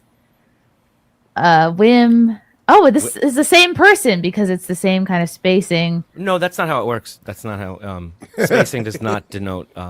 No? Okay, credit. maybe No. someone This else is is Helen doing. Hunt's forehead. It's not even the same type of currency. They live in different countries, these two. There's a big clue right there that 5 pounds versus $5. Get it together, pickle loaf. That was wild. It was a real-time representation of it. That thing looks like this thing, so they're the same thing. Yeah, it was interesting. Yeah. So the chatters are just taking over at this point. They run the show. Yeah. Even though there's all those questions about if you're a vampire or not. We've moved on from that. Now we're talking to the chat. Ava was on a WATP in case you want a response to the super chat coming in about me using filters. Would that be interesting to watch? I don't know. I remember when you called in from the soccer game. Yes, I remember that too. I remember, a couple of your appearances. I remember the So this is Adam going, let's move on from that. Yep. Let's talk about, like, I know your history on WATP. I'm a part of the show. We can have a conversation about stuff. It's we don't need to go find videos of Ava on with Carl or anything like that. It's not going to help anything. That you've never seen, that you don't know if they're good, that are 23 minutes long. Right. I learned a thing or two from the Joey C interview. Let's talk about what's going on with you. Oh yeah, there's been 3 so far. 2 in the Poconos, 1 in Orlando. It's fun to get to see Anthony Cumia on his phone in different settings. Yes, it's all different. Let's see. Yeah, let's watch a little tidbit. Oh boy. I wonder. Go back to it. Does this go straight to the clip? I don't know. I don't think this is a 23-minute clip. Fealty, is there a particular part you wanted me to go to? 4 minutes, 20 seconds. 4:20. Okay, let's check. This better be good. Okay. Okay, this is who we're dealing with here. I had no idea. Yikes and gadzooks. Not racist, he is. He never even thinks about it. But that's what racist people do. It's like in their head. Oh and my somehow gosh. Bus had to come out. Woof. Okay, it all makes sense now. Woof. I gotta say, Chrissy missed a huge opportunity to be the bigger person on this one. Fealty, who I know, is obviously going like, this is a gross trans person. We hate those people, and you hate Ava. And so she shows the video. She goes, oh, gross. It would have been amazing, just like, you know what? I take it back. You're beautiful, and I shouldn't make blanketed statements that aren't jokes. She hides behind that they're jokes or whatever, but you can tell by her reactions that they're not jokes. Yeah. I'm not buying the fact that she's like, oh, this is just my sense of humor. I love all trans people. Seems like she's got an issue right there. Yeah, it seemed a little personal. And it was an opportunity because Ava came in so aggressive and out of nowhere. She could have handled it in a way that was... You actually have the higher ground here. Ava's just like, you're a fucking dumb bitch and you're ugly. Because you could have been like, we're all beautiful. What are you going to do? I don't know. I don't know what to tell you. I was positive that this was just someone chatting under that name until I checked my mail afterwards. I was like, is that you? She's like, oh, fuck yeah, that was me. And I really want to know what separates Chrissie from the other people in this Dabbleverse that share her beliefs that she's a fan of. And I'm not saying there's any wrong or right. I just want to know how that line is drawn and when and where, because it's an interesting topic. Do you want to talk to Ava real quick? We have a few more clips from this interview, but Ava is here. Oh, that'd be great. She's backstage. There she is. What's up, Ava? Hey there. How are y'all doing? Doing great. I'm glad you're able to hop on. I sent you the link. I didn't know if you got it or not. I just got it a few minutes ago. Beautiful. Yeah. I'm glad you're covering this. She's a fucking cunt. Well, we like Chris. Chrissy's a friend of mine, and we're doing her content house September 5th. Never mind. She's great. She's great. Thank you. There you go. Now you But get Ava, it. I'm glad to finally dispel the myths that we're the same person and that people can now see that we're two Absolutely. separate people. But I am very curious because I know you're a big fan of Kumia, and I know you're a big fan of a lot of people that share that similar belief. I want to know what separates Chrissie from anyone else. I feel like Kumia is funny, and that gives him some headroom. She's a hack, and like, I know trans isn't for everyone, but like her Twitter was just like, it wasn't even jokes. It was just nasty, and so I just wanted to tell her that she has a hideous face.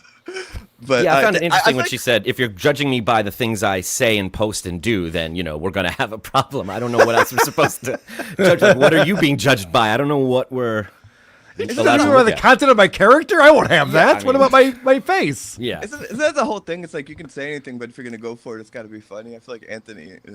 There's a big difference between Kumia and Chrissie. Let's be honest.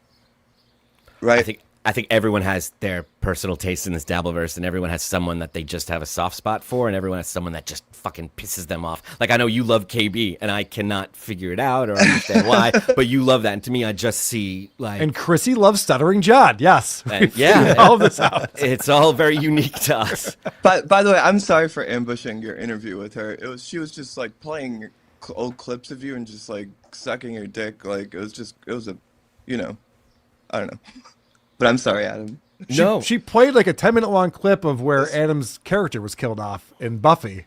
Yeah, and it's just like, I was come watching on. it. I was texting with Adam. I'm like, this must be so uncomfortable for you. Because Adam like, turned off his camera. She's like, what are we doing? I'm just watching me on TV. He's like, no, I'm great. 20 years ago. It's a very good performance. What's going on? And we weren't saying anything. We were just watching me die. I didn't know what to do with my hands or anything. And if I may, because I think y'all already covered it, but like her analysis of that joke is so wrong. Like I pulled up like the little draft of the jokes that I wanted to use, and I went through Turkey and all those, but then yeah, like I had a bunch of good ones. behind the music of this joke that you. But it's like she's supposed to be a comedian, and it's like any comedian would have been like, okay, actually, Deli Meat, if you actually really go through it. It was very Short Stuttering and John, punchy. her response to be like, that's a callback, and what you're looking for is the rule of threes or whatever. Yeah. Absolutely. So I guess, Ava, your point is that as far as political ideology, you're not one way all the way over here, all the way over there. You're kind of in the middle because I know you are on these different shows with different people who have different thoughts on things. You're fine with Kumia and stuff like that. So is that, am I representing you correctly with that? Yeah. And, I think so, yeah. I mean, I'm not going to, like, give Kumia shit.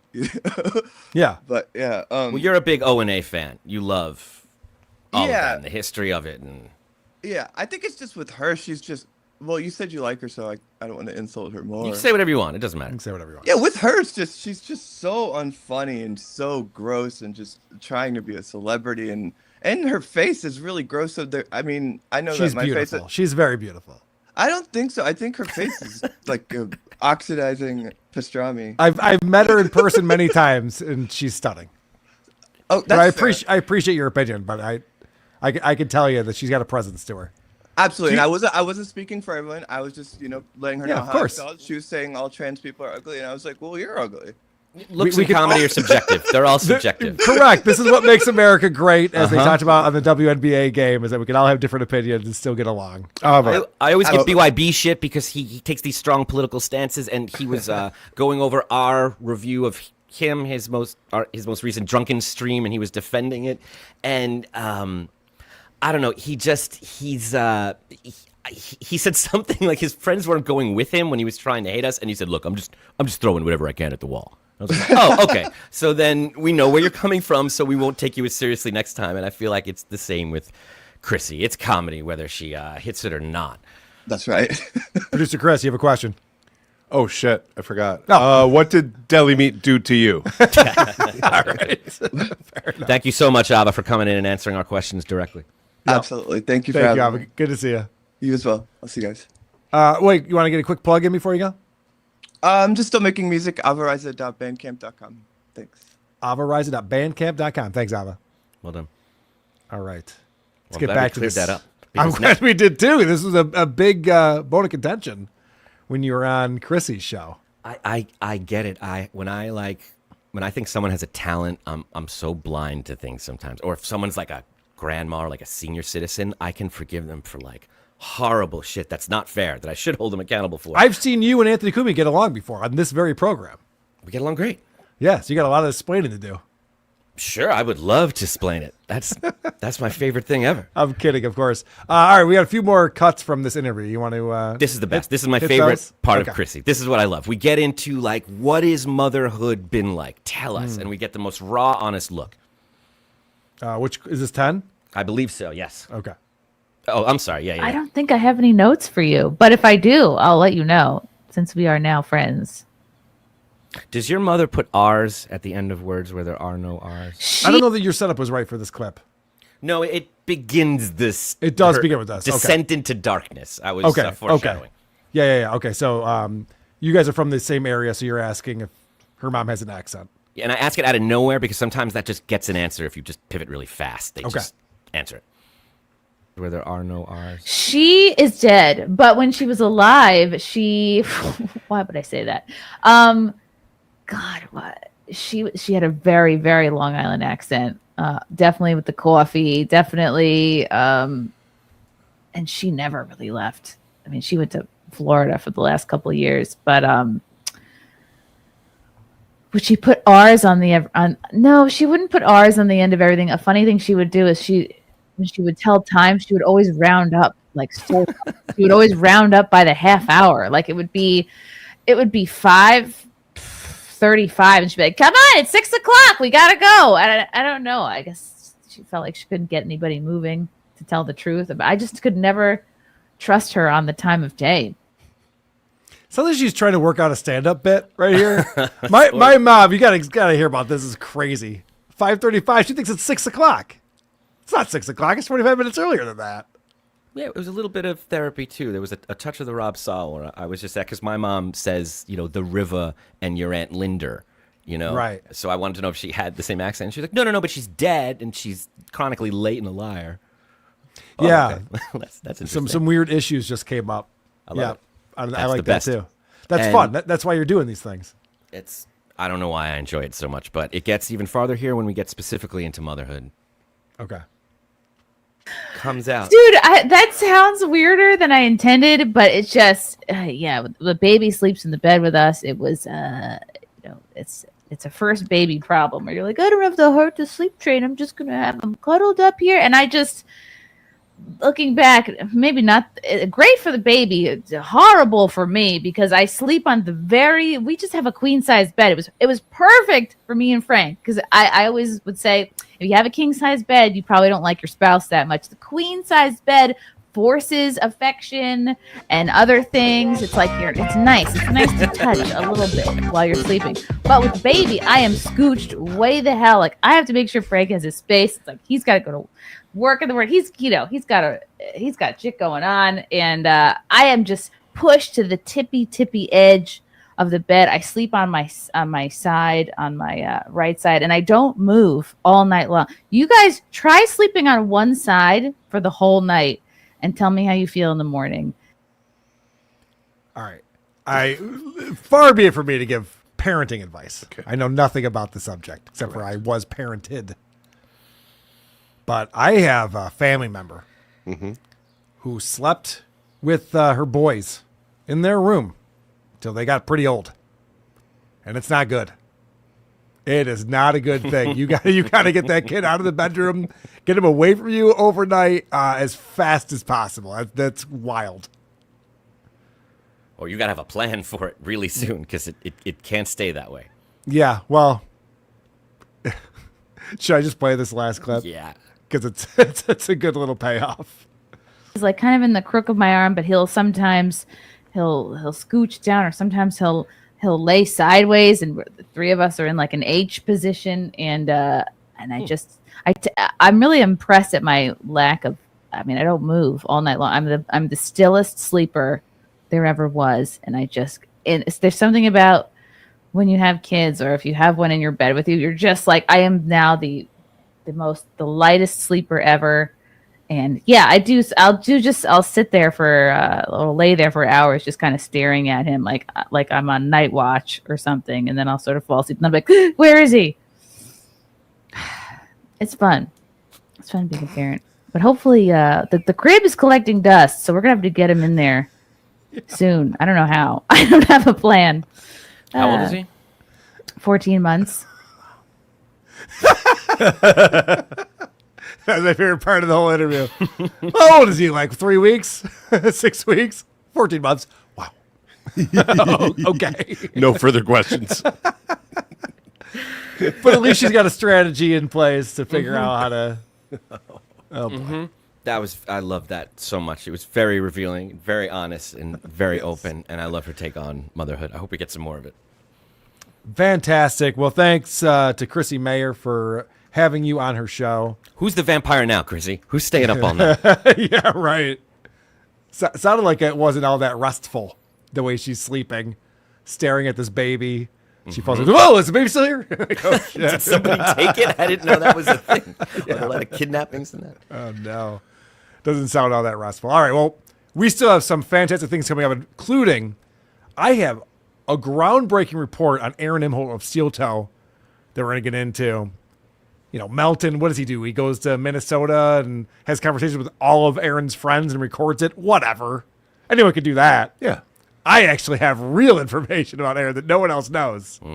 No, actually, what Melton's been doing is fantastic. I'm a huge fan of it. Unbelievable. Live from Stoney's. Insane. Yeah, that was awesome. The midget bowling video from the Stoney's.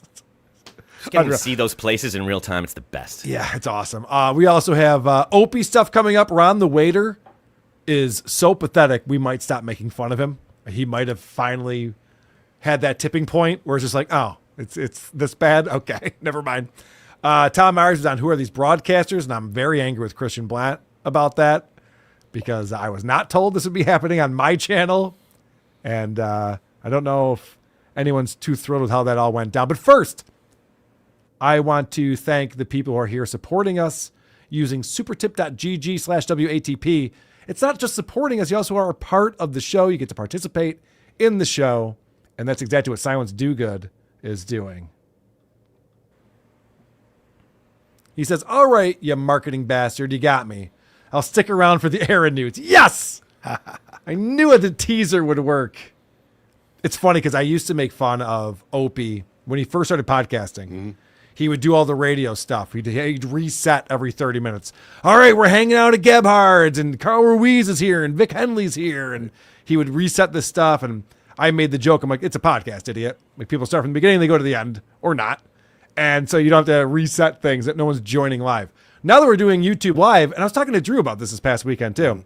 It's so weird how live became like this dumb thing that only traditional broadcasters did. You know, it was all about podcasting. And we used to talk about that all the time. Like, why aren't you editing your podcast? Why aren't you taking out the bullshit? Blah, blah, blah. And now we've gone all the way back full circle to, it's like, no, everyone's doing live now. Yeah. Like, Fighter and the Kid won't do live. There's a lot of these shows, Golden Hour, they don't do live. They're afraid of it. They record, they edit, they put it out. But, that was edited? Yeah, thank God that was edited, right? Wow. Can you imagine after that show that Brendan was just like, hey, Chin, that thing where you fucked us up with the equation, take that out. You dick. Nope. Nope. No, he's still proud of saying 16. But I get shit from people because they're like, oh, Carl, you're doing the thing you used to make fun of. Yeah, because we're doing something different now. We're live on YouTube. It is actually radio-esque. We have a live audience, and we want to let them know that we have lots of fun things coming up. Stewie Felt coming in. I hope Karmic is leaning into it for the views and not just losing his mind. I think he is. I'm not buying that he's that upset. No, he's brilliant sometimes. He said some great stuff about Quad that was very factually accurate and beautiful and poetic, but then when he tries to force it, he thinks we can't tell. He's not smarter than us. He's just more poetic sometimes. You think scoring on Quad makes you brilliant? I love it. I just can't get enough of it. It just makes me happy. That's my own thing. Ava likes KB. I like Quad. It's we all have our vices. I got it. Daddy Poopy coming in. The single greatest argument against smoking looks cool. KarmicX. He does make it look like a chore, doesn't he? Yeah. It's not fun when he does it. Stewie Felt. I'm still thinking Tim Dillon is faking. Oh, you think he's not gay? He's doing a terrible job faking being gay because I was a fan of Tim Dillon for maybe a year, but definitely many months before I found out that he was gay. And it's a gay guy. I had no idea. I So was he doesn't hoping to present find well. out that those interactions that Chrissy and Tim had in their youth, like, forged their beliefs on each other. I Right. hate that person. I never want to get near that person. And value system was born. Right. Who, what, why? Spoiler, Chrissy doesn't have any convictions, LOL. Fair enough. Stewie felt coming in. Chrissy is going to Kate Meany John. Well, that'd be awesome. That would be awesome. I would love that. You want to dabble in me? Chrissy, do it. Stewie felt Adam is trying to hide that he is Ava. We proved that today. Well, maybe not. Technology, we could fake anything. That's true. It's like that Spider-Man meme Mm-hmm. of pointing at each other. Daddy Poopy. Chrissy has a dick. It's bigger than mine. That's not true. I'm going to dispel that. It's smaller. Dispel that immediately. All right, where are we at with the super tip or super chats? Big Daddy Dodo. Wow, I got to do it all by myself. I know. That's why I don't think he's being sincere when he's talking about, like, I'm just one guy doing YouTube. Yeah, you and a million other people. Get over it. Also, Kevin Brennan was deserted by his producer that made that show watchable for many years. So he also kind of is just one guy as well. Karmic doesn't even belong in the green room. Yeah, well, there's that too. Jay Loiterer. Someone messed with NLO channel. Any details? He was streaming and cut off midstream and his 24/7 stream went down. His channel is up but something happened, possibly Chad related. Love WTP FSJ. I don't know any info. I was watching his Eagle stream today that abruptly ended. I guarantee it's not Chad related. You think Chad's working behind the scenes and figuring out how to fuck with someone's channel? I doubt it. No. But he has been blowing up his phone. Oh, God. He's been emailing nonsense. This Chad stuff is fascinating. I don't want to talk about it on here because Cardiff is covering it very well. No, I mean, I will. It's not a segment, I guess is my point. I'll talk about it. Yeah. But this thing where Chad is harassing Patrick all weekend. And he's just sending email after email, just minutes apart, like, you're fat. How fat are you? Blah, blah, blah. And then Patrick just sends back an email and just goes, I consider this harassment. If I find any more of these emails coming in, I will contact the authorities about it. And Chad goes, what a pussy. Can you believe this loser doesn't want me harassing him all weekend and calling his relatives and being a complete douche all the time? And he pretended that he was the winner in that. It's like, Chad, you look fucking pathetic. You're a loser. This is what you do with your time? What is he emailing him? What's he saying? He's asking how fat he is. How much does he weigh? Saying that you're a loser. Like the usual Chad stuff. Do we get an answer? Do we know by pound or? No, he wouldn't answer the question. Okay. Whatever number you're thinking of, it's a little higher. It's just a little bit. That's probably true. Hamhead, what's everyone's problem with ham? Stop the ham hate. All right, I get it. It's not personal. Ava Jess. fucking rule, says Jess. Member for 12 months. Thank you, Jess. Thanks for being here. Harpua, which is a fish song. Ew, Chrissy was 100% correct. All right. Scott Mask, I said everyone like you is ugly because I feel bad for you. Yeah, there was two different things being said there that don't really make sense. Big Daddy Dodo, you got dollar store deli meat face. Hey, look at our buddy Anthony Cumia's in here. Compound Media, a Dabbleverse rule of thumb is you can't like or dislike people based on who they like or dislike. Absolutely. That is very true, Anthony. Because it keeps changing. You can't keep Yeah, up with it. Gino gets very confused by this. Tenant, a lot of people do. AO1012, what does Ava know about funny? She got schooled. Chaos Queen, I miss AJ in my bed. I wasn't talking about you. Unless you think. I actually was going to be more specific about my family member. I went, no, let's not do that. And I was not talking about my sister-in-law, Chrissy. Scott Mask, For once. Mayor is stunning. Rob isn't the only one into animals. Oh, well, I appreciate inclusivity. Yikes. The greater good. Regular usernames back in chat. I approve. Yeah, that only lasted a few days where it was the, whatever the actual @ addresses were, was showing up. It was very annoying. Chris used to be anti-deucer and Adam used to be anti-conservative. Pecas. I didn't know my political views were shifting and changing so rapidly. Yes, you did. Okay. How dare you? Okay. Let's talk about Steel Toe. Thank God. Are you excited about some of this? Please, guys, Streamlabs, PayPal, Super Chats, Rumble Rants, Venmo. Maybe, you know what? Maybe we don't deserve it. All right, so there's this guy, Mark T. He's boots on the ground in St. Cloud. And I believe he was hanging at Stoney's and at the courtroom. And so he's been a part of this. And because he was watching this show today with Pretty Antisocial, had an attorney on, and they were kind of talking through what's going on with this new HRO. So Aaron took out a harassment restraining order on Nick Rekieta, which is odd because, and I'm not going to go through that right now, but in the restraining order, there's nothing about Nick not being able to talk about Aaron on the internet. He just can't like near him or go to his house or whatever, which is not something that Nick does. So it was odd that like this was done, and it seems like it's a retaliation because he did it the day after he was put in jail. Yeah. And Nick was there for it. So it seems like a retaliation tactic. Feels like a lover's quarrel. Right. Yeah. Oh, I'm mad at you. I'll show you. I'll do this thing. Mm-hmm. But they were breaking that down on Pretty Antisocial. And I know that Nick Rekieta had someone put together a super clip of every time Aaron's talked shit about Nick, and it was over 2 hours long. Oh, wow. Yeah. And so it's pretty rich for Aaron to be like, this guy's harassing me. It's like, you have been doing this since April of last year, or maybe it was May, whenever it was that he came out and started talking about the polycule and Nick's drug use and all of this stuff. He's been talking nonstop shit. And he loved it when Nick wasn't able to talk and Kayla wasn't able to talk and April wasn't anywhere. It was great. He's just like, yeah, fuck these idiots. I'm the best. They all suck. And now all of a sudden they're talking and they're coming to Hackamania and they're doing stuff. And he's like, whoa, what's all this about? How rude. I don't like my own medicine.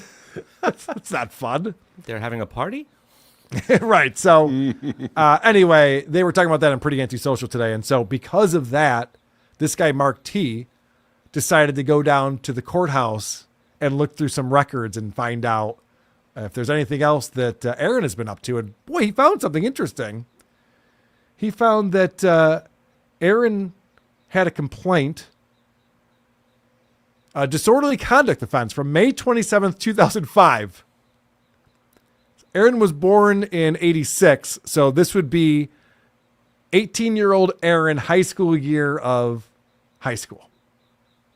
Disorderly conduct. And the case number is 62T2056062225. And Ramsey court records told Mark that the T is for traffic. So what's really interesting about this is the description of disorderly conduct. It says, Imholt showed his buttocks to numerous people in the school, and then see the incident report. Now, this incident report does not exist, unfortunately. That's been lost over time. But he showed his ass. This ass showed his ass to people in school. But it's also a traffic report. So it would tell you that he was shoving his bare butt out the window, driving around campus. Like in Dirty Work, where Norm Macdonald is Artie's doing that, and Norm Macdonald just parks the car and gets out and walks away. And Artie's like, he's supposed to keep driving, my bad. But something like that must have occurred. Or like Jackie Martling in his mother's car when he shoved it out the back window, and there was some nickname for it. That was hilarious. Yes. So he's guessing that because people at school saw this, that's the incident that occurred. He couldn't find any more information about it. But it turns out that Aaron has been an ass for a very long time. This is part of his MO. And the fact that he's doing this at 10:40 a.m., time of offense, on May 27th, 10:40 a.m. It's not even like the school day's over or, hey, we're graduating tonight. Let's get the fuck out of here and move the school. Hey, so long, suckers. It's like, no, none of that. Still had a month to go, and it was in the morning still. you were doing this. Did you hear about that married guy that recently showed up to the Starbucks or the coffee shop with like his pants off? He was just like a working dad in a car, and the woman looked and screamed at him, and he drove away real fast, and the video went viral, and he killed himself. Oh, I did hear. That was a little while ago. Less than a year. Yeah. Okay, I know exactly what you're talking about. Yes, I do remember that. Because this is just, look, a kid mooned when he was young. Like, it's nothing. To make a big deal about some kid mooning doesn't mean anything. But when you But what if he grows up to be Aaron Imholt? That's the problem. When you put it with this other meaningless sex offense, like some people just, they take a leak outside their car. They don't realize they're in a school zone, and a cop sees them, and they're just screwed for life. And now they're on the register. Yeah. Uh-huh. This, maybe it's that, but how many of them can you have until someone's like, the judge is like, hold on, we gotta do something about this. Like, it's just becoming who you are. This guy's a problem. I agree. So Aaron's on his show recently. He's not talking about any of this stuff anymore. Court ordered. But I think also he's realizing he's just losing. Because he was so excited to be like, I'm going to get a slap on the wrist. And I'm the winner in all of this. You guys can't take me down. And just the opposite happened. He was booked into jail. He's got another date for sentencing on October 2nd. He's got to live his life on the straight and narrow until then. And so he's finally learned, after all this time, after 13 months of talking shit and spilling all the tea, he's finally learned that he needs to keep his mouth shut and needs to stop talking about other people and what they're up to. And he's very excited to say not having drama on the show is actually great. Gaming Done Right says, Aaron, stick with the new format. Be your own man. The drama stuff did more harm than good. Hey, if you agree with that guy, throw in a couple of memberships or a couple of bucks. I like him. Ugh. Aaron's first instinct. Hey, I like this new show format. You're not talking about drama at all? Yeah, and if you guys agree with that, give me money.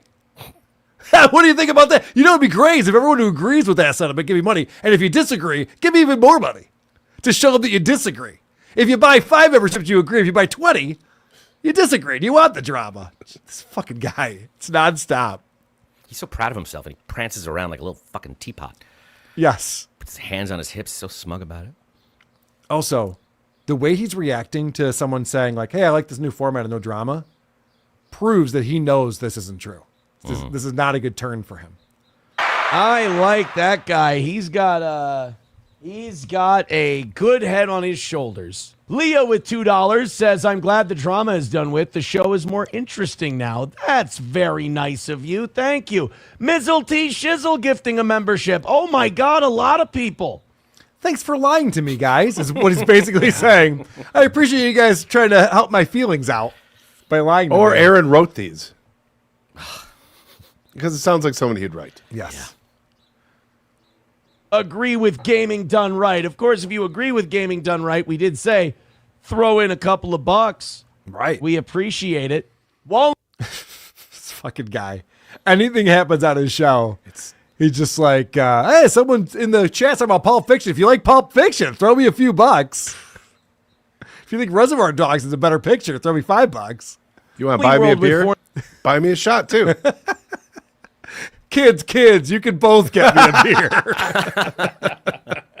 99 says originally came for the drama, but I'm staying for the content. Look at that, another win for the Why team. would you? Why MSO would you? says quit. I mean, it's such bullshit. This idea that Aaron's just like, yeah, isn't this so much better now? We're just doing a show. We're not talking about drama.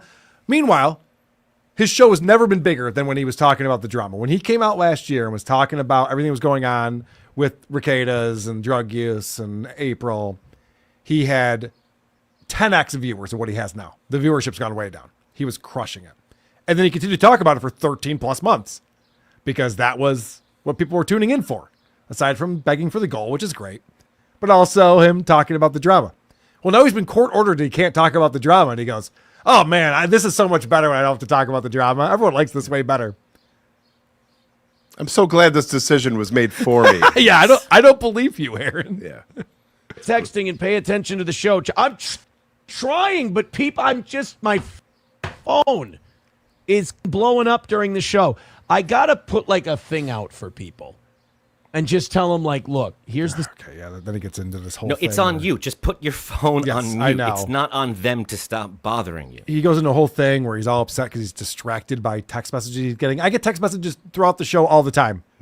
Producer Chris will tell you because they show up on his screen It is over true. there. I read them all. I got to disconnect that shit. I love people who change their behavior because they were caught and want to act proud, like it was a decision they made and that they're so happy with and that they're in charge of. It was court ordered. We're glad you enjoy it. Again, irrelevant and not what the judge is looking for. I hope he's happy with this decision. Let me tune in and see. Oh yeah, he likes it, guys. He likes it. That's not what they're looking for. They're trying to humble you. To go for 13 months, and this is your main content, talking all this shit, and then you go to court. You thought something good was going to happen. Something really bad happened instead. You had to pay $5,000 to bond out. You were booked in jail, and you're not allowed to talk about it anymore. And to say like this is actually way better. He's a liar. He's constantly gaslighting his audience and lying to them, and it's so obvious for anyone who's objectively paying attention. Some people, they murder people and it's almost justified. Like they did something horrible to someone they love, or the person's just a monster and they couldn't control it. And sometimes those people do go to jail, and anyone looking at it is like, oh, they were a victim, or why would you do that? Even those people, when it comes to the parole board or the judge, know to sometimes show humility or show an awareness that there is a victim. He refuses to ask whether he believes it or not. He refuses to act like there's somebody that got hurt by this that he's supposed to be respecting. So this is a new thing that he's doing, and it's very Opie-esque. The way he's responding to the chat right here. Obnoxious. Tim with $1 says, are you still allowed to run the golf and cornhole tournaments? Yes, of course I am, Tim. You're a weirdo. So, good question. Yeah, someone has a good question. There's some things you're not allowed to do anymore. Get the fuck out of here. There's some things you aren't allowed to do anymore. And the guy goes, are you allowed to do these things? And he goes, why would you ask that? Why are you being such a effing weirdo? Allowed to run the golf and cornhole tournaments? Opie. Yes, of course I am, Tim. You're a weirdo. I got to say, Tim's one of those guys who thinks he's in a relationship with me. It's really strange. Tim's one of those guys who's like, I need access to answers to questions that I have and I'm entitled to them. And you're like, Tim, you're a weird guy. You need to chill. Like some of these people you need. I love the way that he turns this into this whole dramatic thing with this character over here who's unstable, and Aaron has to explain it to him from a single chat. Yeah. Kind of goofing on him. And a valid question. A valid question, but also goofing on him, obviously, with this chat. An accusation that he is 100% guilty of. Oh, you're turning this parasocial internet relationship into a human personal one? Aaron, you made these people your bosses. You gave them the ability to control your entire family and your children's life. And you think they are leaning on you too hard? What is it John used to do? Fucking bitches. Yeah, like that is the most bizarre angle out of all of this. Is all he's been doing is talking about very personal things about April. I have more examples of that coming up. Like he's going into detail about the sex lives and the drug use and all this stuff. And so he's bringing us into his world. The whole point of this show is just like, hey guys, this is my personal life. This is what's happening to me. I have my ex-wife. We have the kids. There's this HRO that came, like all this stuff's going on. And then someone asks him a personal question. It's like, whoa, whoa, whoa, whoa. I'm just the host of a show. You're being very parasocial, which he must have just learned that word this week. He's been using it nonstop. Oh, you parasocial? You so parasocial? I was laughing just now. I don't know if you saw that Moody was just texting you and it said Carol sucks. Well done, Moody. This guy's paying attention. So yeah, he goes on with this, how much of a weirdo this guy is. Need to just cast him out and go, all right, dude, you're not a part of my life. You're not like a friend or a family member. You're creeping me out a little bit. I gotta keep you out here. No, but you take this podcast stuff a little too seriously. Angelica's doll says, Aaron, how ticked off was the old lady after Scream ranted this morning? She should be embarrassed. No, she knows I'm performing. She knows this is a show. Angelica's doll, like I said, a lot of you, not a lot of you, just very few of you. So what he's referring to, and I'm not going to play it because it's annoying, because Aaron got a text message from his girlfriend, Slam Piece, and it was a vague thing. And he's just like, I got 3.5 more hours to do a show, and how could you be texting me this? I can't respond to you. And then he turned that into a whole bit where he's throwing his phone around. He's all ranting and raving. And so he's all proud of himself. And now he's explaining to us, the dumb listeners, that like, I'm playing a character, guys. That's not really how my relationship is with Slam Piece. Chris, Carl, if I'm not mistaken, assuming that this other person knows you're putting on a show and kidding when it comes to your relationships is what got you in trouble to begin with. Why don't you just err on the side of caution? This is Good not point. what the judge is hoping to see. No. You're going, my wife knows I'm kidding when I send her pictures of other people I've been sleeping with. She gets it.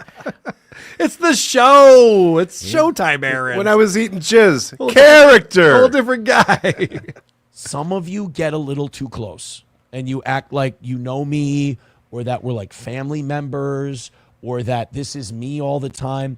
I try to tell you as nicely as possible. When I'm in front of a microphone, I'm condescending Aaron is worse than smug Aaron. Let me dub it down for you. Oh, you guys don't realize I'm putting on a show and I'm a performer. Oh, okay. And I don't like to do this speech because it kind of ruins the fun of it. But like, some of you really do have to stop acting like you're in the room with me all the time. Like some of you, it gets really close to parasocial. And I'm saying, or you just not let it get to you. Yeah, this is infuriating. It's ridiculous. Yeah. Where he reads one chat and he just goes, you guys are fucking losing your mind. I don't know how you live your lives like this. Like, I just put a chat in the thing. That's all. Yeah. Too close? You mean super chat close? saying this for your benefit. Go ahead, Adam. No, it's just how many times can he do this? How many people how many fans can he talk about how obsessed they are with him for hours until he realizes that you're the one obsessed with them? They made one chat, you talked about it for 40 minutes. They make another, it's another 40 minutes. You're obsessed with them. If they went away, you would be more hurt than them. They hold out all the power, Aaron. Do you not see that? And I've talked about this before. People who are used to be on the radio tend to be really bad at instant feedback. Aaron is a perfect example of this. It's a one-way communication when you're on the radio and you're just talking out to the airwaves. When you're on YouTube and Rumble and the chats are coming in and you're seeing them in real time, it can be very tempting to be like, fuck you, you know? Opie does this and Aaron, and it's just like, just do a show then. If you have a hard time dealing with people's instant feedback, I have found a solution to that. I don't read it. I have a show. I prepped a show. We're doing it. That's all. That's all there is to it. But this gets funnier because that was on July 1st. This morning, July 2nd, there's a follow-up to that rant that he had. Out. Making speech for you again goes, whenever anyone disagrees with Aaron, it becomes, this guy got weird. No, it's like when you get like really oddly personal. The guy made a joke about you being able to run your own golf tournament, which I'll point out could have came from the fact that Patrick Melton went to the golf course and they had no idea there was a tournament. Nobody knew anything about it. They're like, we don't have a tournament on Sunday. We don't do tournaments on Sundays. Oh, you don't know there's like holes being sponsored and all this stuff, like prizes given out? They're like, no, we don't know anything about that. Oh, is that why this is too close to him? Yeah, maybe that's why. Maybe that's why Aaron's freaked out about this. But I love the fact that the next day is just someone calls him out like, oh, because somebody said something you don't like, you have to call them a weirdo and you think they're weird. And Aaron just always doubles and triples down, never looks inward and goes, yeah, maybe that's not the right reaction. He never once does he think that way. It's so bizarre. Like when I say something you don't like and then you go you try to dig into my life, that's creepy. It's a little weird. I'm allowed to think that's weird. Nope. You're allowed to do it. That's totally fine. Okay. But you and whoever you listen to that does that, no offense, buddy, I'm not the weird one. You should probably cut that out of your life, but I ain't your daddy. Huh. Doesn't sound totally fine. I don't think he had a good answer for that. He's like, oh, just so you guys know, you're the weird one. Okay. Good argument. Aaron, we wouldn't know about it unless you told us about it, Aaron. Correct. If you hadn't mentioned it, maybe there'd be an argument for it being weird. But if you talk about it, that's the show.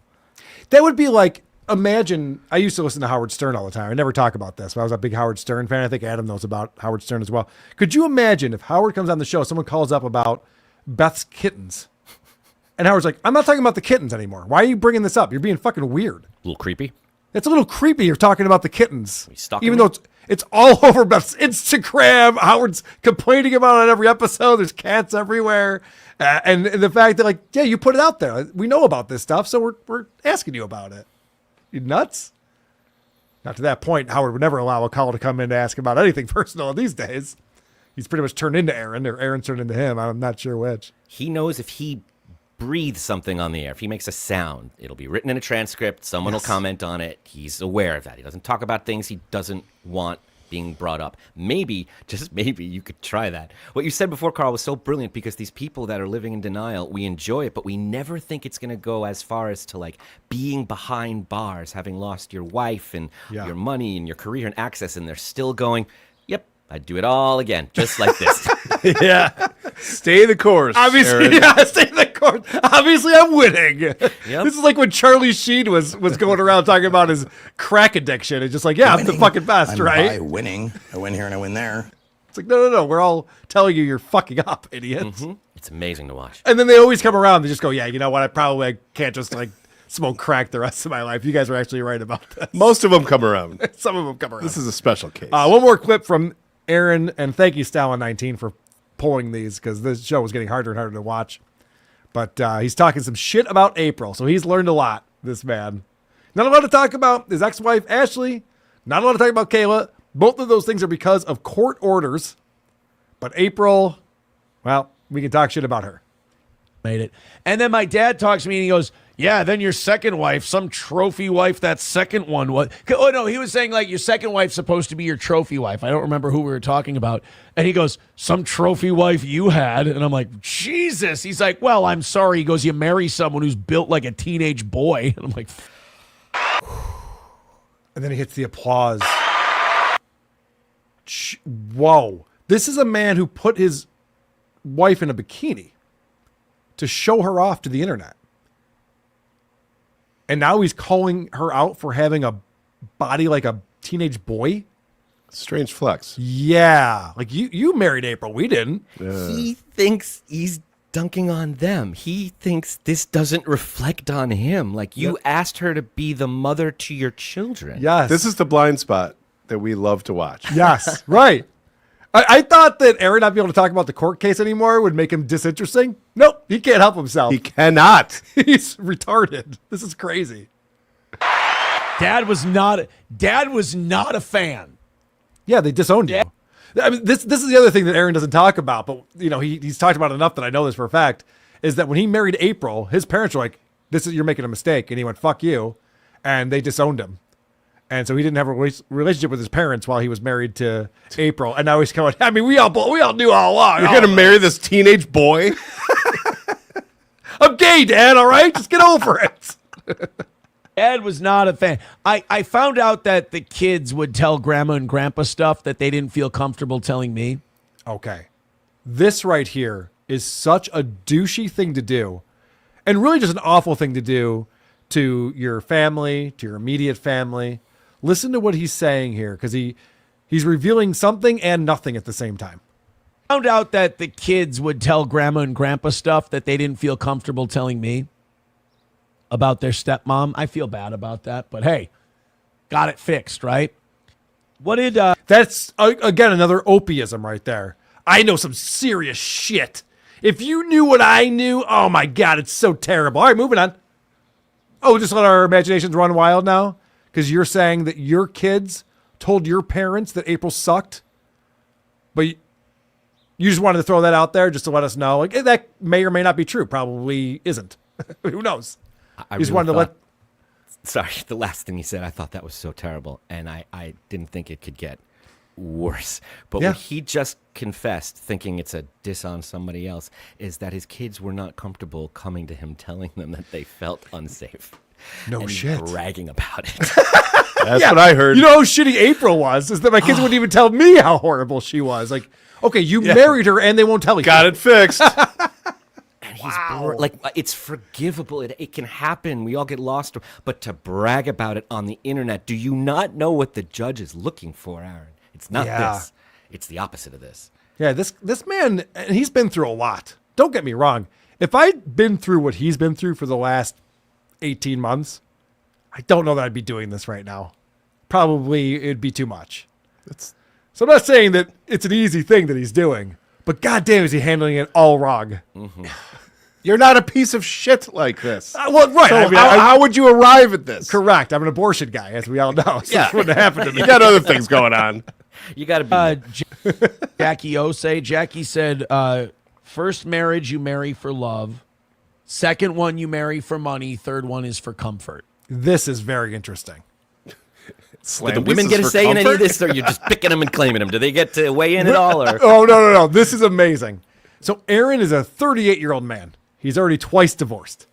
And he's talking about, well, Jackie O used to say the first one's for love, second one's for money, third one's for comfort. The fourth one? The third one for comfort, I think that's like when you're in your twilight years. Right. Right? You're just like, well, I need to settle down. I mean, there's no romance or anything. Whatever. We'll be convenient. We'll live together. We'll watch movies, whatever. Maybe take marriage advice from someone with less than 3 of them. But listen to what Aaron said. If I'm Slam Piece, I'm not happy about this. And I'm not saying I'm getting married again right away. But I love SP very much. She's wonderful. Mm-hmm. And I have a sense of comfort with her. Oof. That sounds like a diss. If I'm the girlfriend, she's comfortable. Like, oh, okay, well, this is over then, isn't it? She's like that old pair of Converse I just can't throw away. Yeah, See, honey, you're like that. Yeah. Yeah, there's a hole from where I used to ollie, but whatever. They're nice. You think I can't settle? I could settle. Look at He me comes in so settling. kid.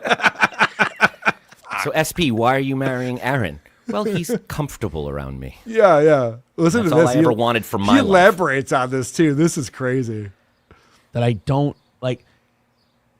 My first wife, I would say it was too comfortable. Like I had a restless spirit and I was young and the show took off and, I just I had too big of an appetite. Translation, she didn't do anal. Yeah. All right, Good thing you're not talking about her.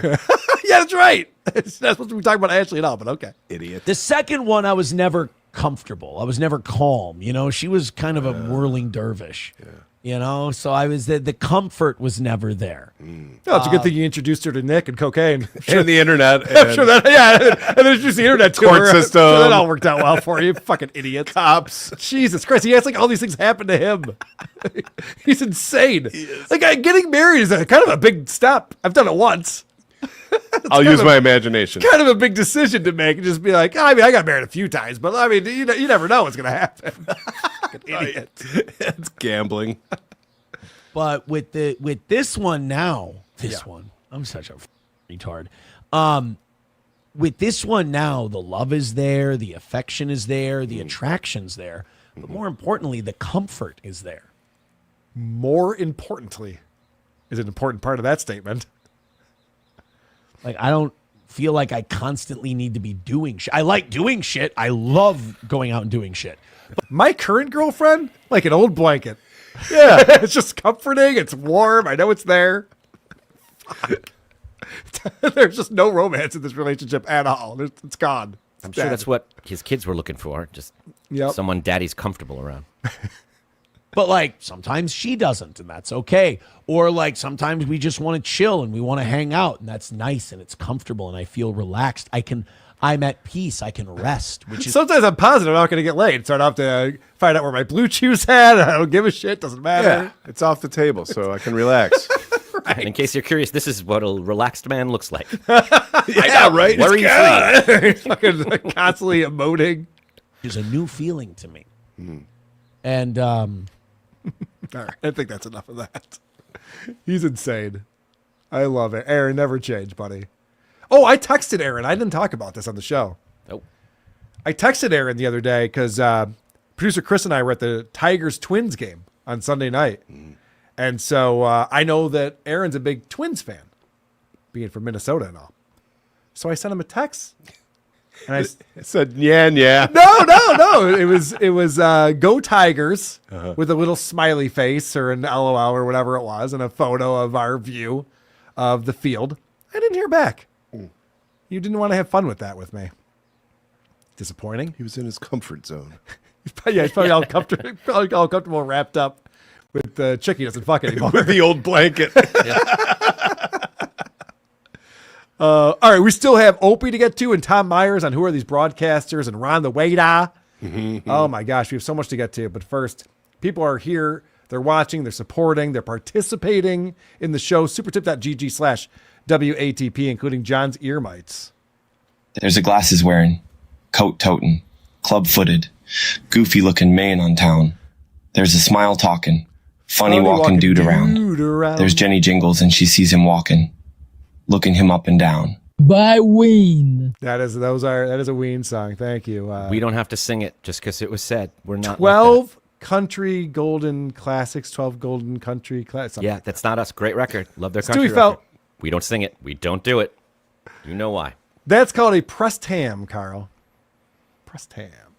Rumpled Trenchcoat at Columbo Podcast. Enough of this lawfare. Mooning isn't a crime. Well, it is a crime, but I didn't do it. Well, I did it, but you can't prove it. Well, you can prove it, but it wasn't that big a deal. How did you find out? I'll never tell. That is the narcissist in Aaron right there. Sure is. Verizon getting into the act over here.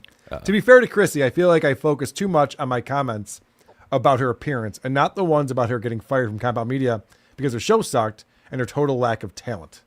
Well, you got it in now. That is fair. Mm-hmm. There was a little bit too much between the two of them about appearances and things. And as an ugly man, I'm like, whoa. Is this what we're talking about? Guys, there's other We haven't things. seen either of you guys at the ugly meetings, and we would know if you were there. There's other things to make fun of people for. Yeah. Plenty of others. All right. Take these for me, Adam. Mike Roch. Aaron is just like that guy that picked a fight with Tyson on the plane. What a douche. Mm-hmm. Oh, I forgot about that. That was funny. Prick Libick. He just became a YouTube member. Thank you so much. Thank you. And the bonus shows are all there under the members tab, and you get new bonus shows when we do them. You can watch it live when you become a member on YouTube. So thank you for doing that. Charlie McDennis, I sent him an SC, a super chat, and asked why he changed so suddenly. What happened? Ignored and showed the door. Interesting. Mm-hmm. Yep. Very sensitive. Tony Baloney. Hey, guys, here's just a small increment of support. Thank you so much, Tony. Thank you, Tony Baloney. And look at this coming in from JC Gifting 5. Who are these podcast memberships? That's much appreciated to the entire community here when people get gifted memberships. They can see the bonus shows and they can check out the stuff that we're doing behind the paywall. So thank you for doing that. Name taken. I'm so incredibly bored by Aaron's content that I can't even bring myself to watch people clowning on him. I'm sorry, WATP. I'll check back on the stream in a bit. Hopefully the Aaron segment will be over. You missed out. Name taken. That was a good segment. It was pretty good. AO1012. Who is this clown to give anyone advice? I've talked about this before. It's the people who can't figure out life that dish out the most advice to other people. It's crazy. He's an alpha male. He's a radio star. He is a boxer and a golfer, a leader, a parent, a husband, and just, he's an all-around leader. I love it. Keanu Thompson weighing in. Kiki is here. What's up, Kiki? I get called a dumb liberal, and I'm shamed for liking KB too, Adam, and mostly by my husband. Well, nice. Keanu can be right sometimes. Nan Cram, wait, by saying his parents knew April wasn't a fit stepmom, isn't he making them liable, at least morally, for the kids being at risk? Classic toe. Yes, absolutely. Yeah, he doesn't know what he's doing. He doesn't understand what's going on. Turbo 7049 coming in. Hey, Chrissy, why the long face? Tukey. Mongo coming in. Carl, I'm sorry to hear about your dad. My condolences. Well, thank you, Mongo. I appreciate that. It wasn't sudden, but it's always sad. And he was great and a big supporter of WATP and all the things that we did over here at the live shows and stuff. Got to meet a lot of the people who come to the shows, which is great. All right. We got to talk about the Opster.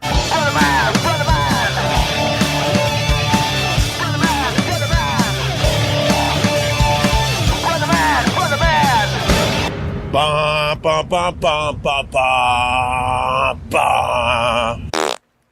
Opie did a live stream yesterday morning, and he does it on both of his channels. So Opie Radio and Opie Unleashed NYC, and he has two different titles for it. One of them is Long Island crushed by thunderstorms last night. Always with the weather. Yeah. Oh, I covered this on Drew Lane's show yesterday. The first 5 minutes is just talking about the weather.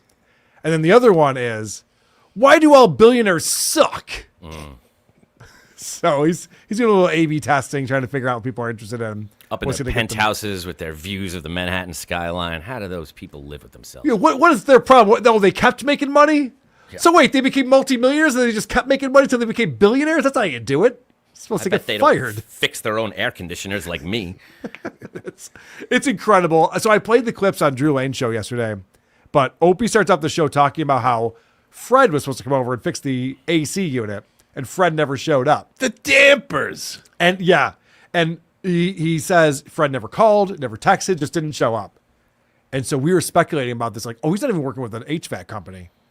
He's just got a guy. A guy. It's like, Opie, what are you doing? It's a heat wave when you don't have air conditioning in your house for like close to 2 weeks now. And he's still not getting it fixed. So he told this story about how they opened up all the windows to let the breeze come through overnight because it's like over 80 degrees in the house. And then a thunderstorm happened and this house is soaking wet. It's like, Jesus, Opie. For a guy who loves the weather so much, he couldn't just check the Doppler radar. What a maroon. What an idiot. Couldn't figure out what was going to happen. So that's what I covered with Drew, and you can find that if you're on our Patreon. I post that audio. It's also on Drew Lane's YouTube channel or on their podcast from yesterday. So fast forward, Opie is talking about this friend of his who is this surgeon, and I guess he's good looking and he's in good shape, and he's been talking about this friend a lot lately. And you could tell that Opie doesn't have a lot of friends, and this is maybe why. Like, there's an asshole. I talk about him a lot. My friend that is like he's chiseled like a Greek statue that the women drool over. Every fucking time I see him, I'm motivated to do some extra push-ups. This son of a bitch. I'm not sitting there going, "Well, I'm just as beautiful as him." You know what we need in the back? You know what we need in the background of your rant right now? The Marilyn Manson song. Beautiful people. The beautiful people. That's a great song, dude. I love that song. Great fucking song. Elon Musk could give every person in America $100 million, but he won't. You know, I like the Elon Musk. First of all, Bill, though, you're right. There's so much going on in this clip. I got to pause it. I'm sorry. So Ron the waiter, as Adam was alluding to earlier, dumb people hear a thing and they have to start singing. But he doesn't even know how to sing Beautiful People. Like, what was that? Was that the riff? What was he going? You know the famous Marilyn Manson part where he goes... Yeah, what is he talking about? It's not even close to anything. You notice that Opie's throwing a lot more F-bombs around? Yes. So he talked about at the beginning of the stream that he's been up for 3 hours. He got up at 3:45 a.m. because of this water coming in, the rain coming in. So he's been cleaning the house. Water's coming from the sky! He goes, light is coming in through the windows. I'm like, what do you mean light? All right. You know, like, he's so stupid. But so he's been up for a while. So I think he's like sleep deprived and delirious. And that's why he's just like, fucking son of a bitch. Like all this stuff he never does on his show. He always censors himself because he's trying to get that radio job. But okay, so after all of that, which is very funny, talking about his friend who's hot and he's all upset about that. There's this Bildo guy who's got a chat on and says, Elon Musk could give every person in America $100 million, but he won't. Let's hear what Opie's response to that. Background of your rant right now? The Marilyn Manson song. Beautiful people. The beautiful people. That's a great song, dude. I love that song. Great fucking song. Elon Musk could give every person in America $100 million, but he won't. You know, I like the Elon Musk. First of all, Bill, though, you're right. He's right. That's just a fact.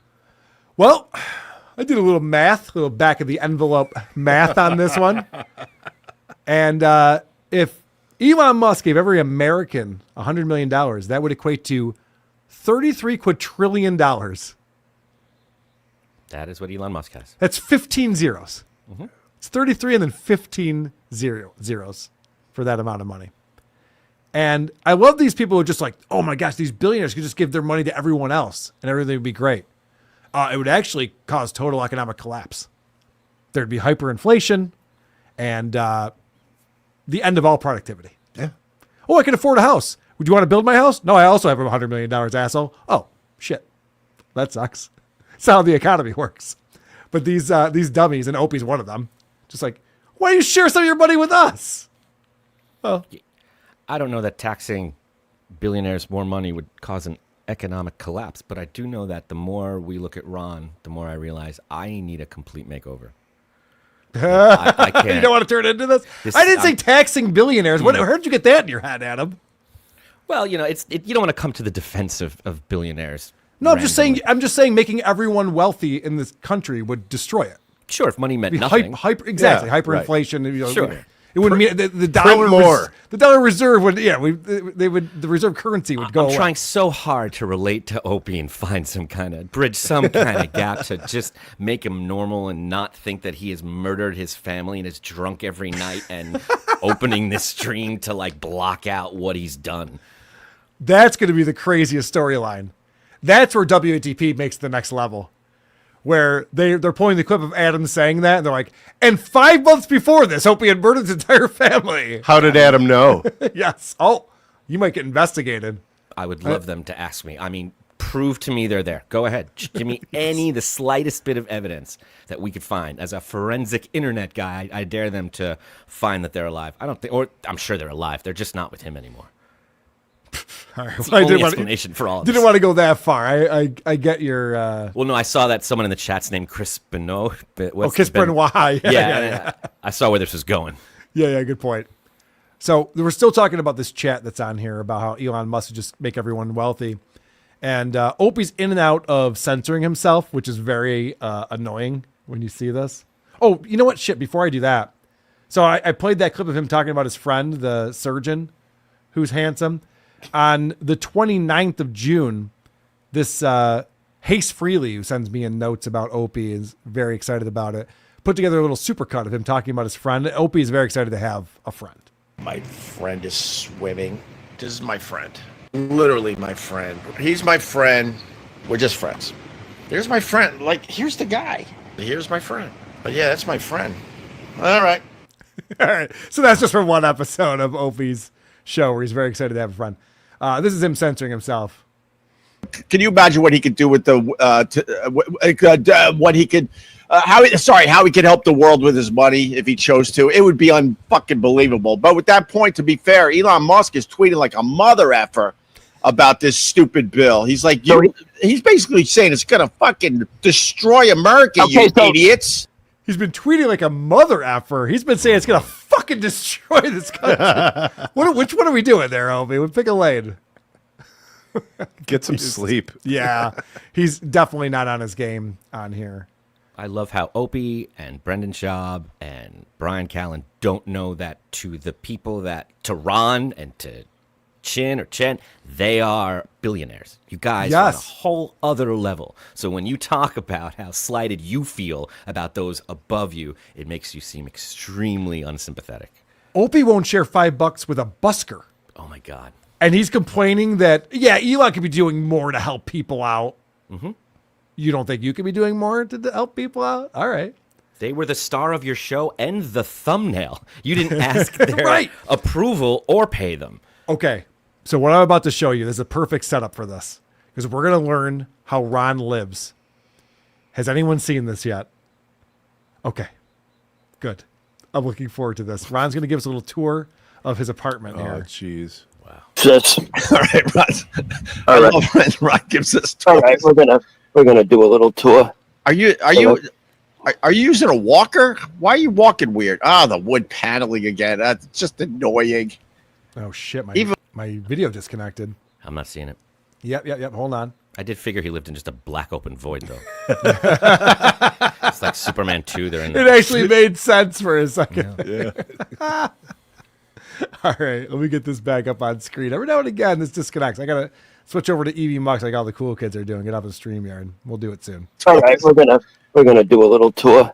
Are you using a walker? Why are you walking weird? The wood paneling again. That's just annoying. Even when I had zero. Oh my God! Look at your mat. What the? Look at those. You sleep on that? Can you see it?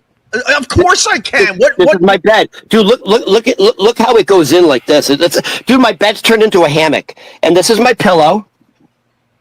I don't even have sheets. Who needs sheets? What am I, fancy?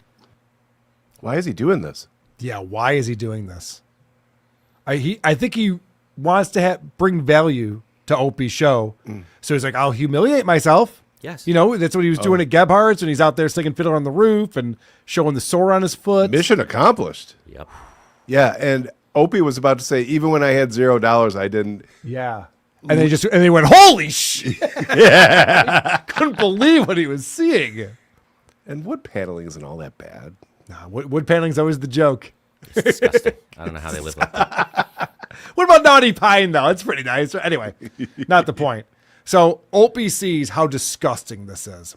So he's sleeping on a mattress. It was described when Hal Sparks went to Stuttering John's apartment, and he described what he saw in the bedroom and went, you didn't have sheets on your bed? Like, he was floored by this. This is probably a worse scene. Well, I shouldn't say probably. Similar.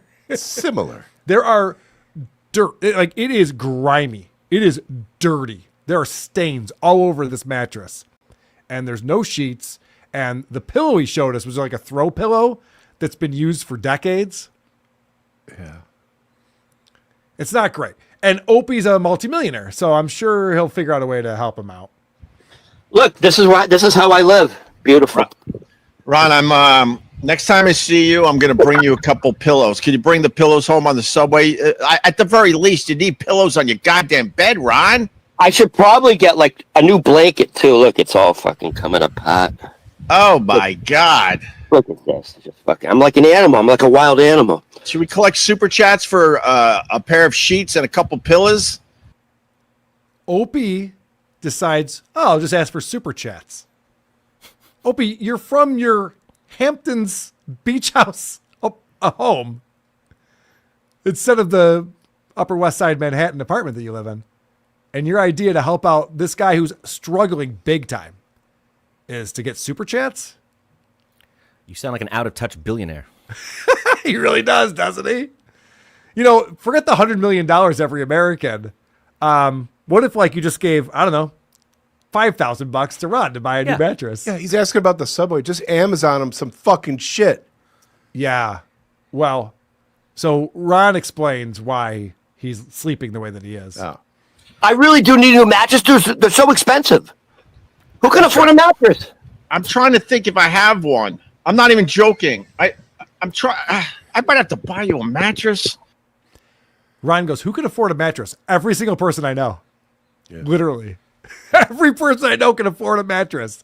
They come in boxes. They get shipped to your house. It's very easy. It's very easy. It really is like saying to Elon Musk, boy, I sure wish somebody would give me $5,000. Yep. It's just like, great. That's not my job. I'm not employing you. Oh, except for the difference is Opie kind of is employing this guy. He's bringing him on his show. It's called the Opie and Ronnie Show. Right. Yes, it is. We discovered recently that Brendan Schaub has never been to Bryan Callen's house. Right. Hasn't been invited. Doesn't know where he lives. Yep. Do you think Ronnie has ever been to Opie's? We know for a fact he hasn't. Of course. Yep. Opie's even said that. And there's a spoiler coming up about Opie pretends that Ronnie's his friend, but he keeps him at arm's length. Oh, yeah.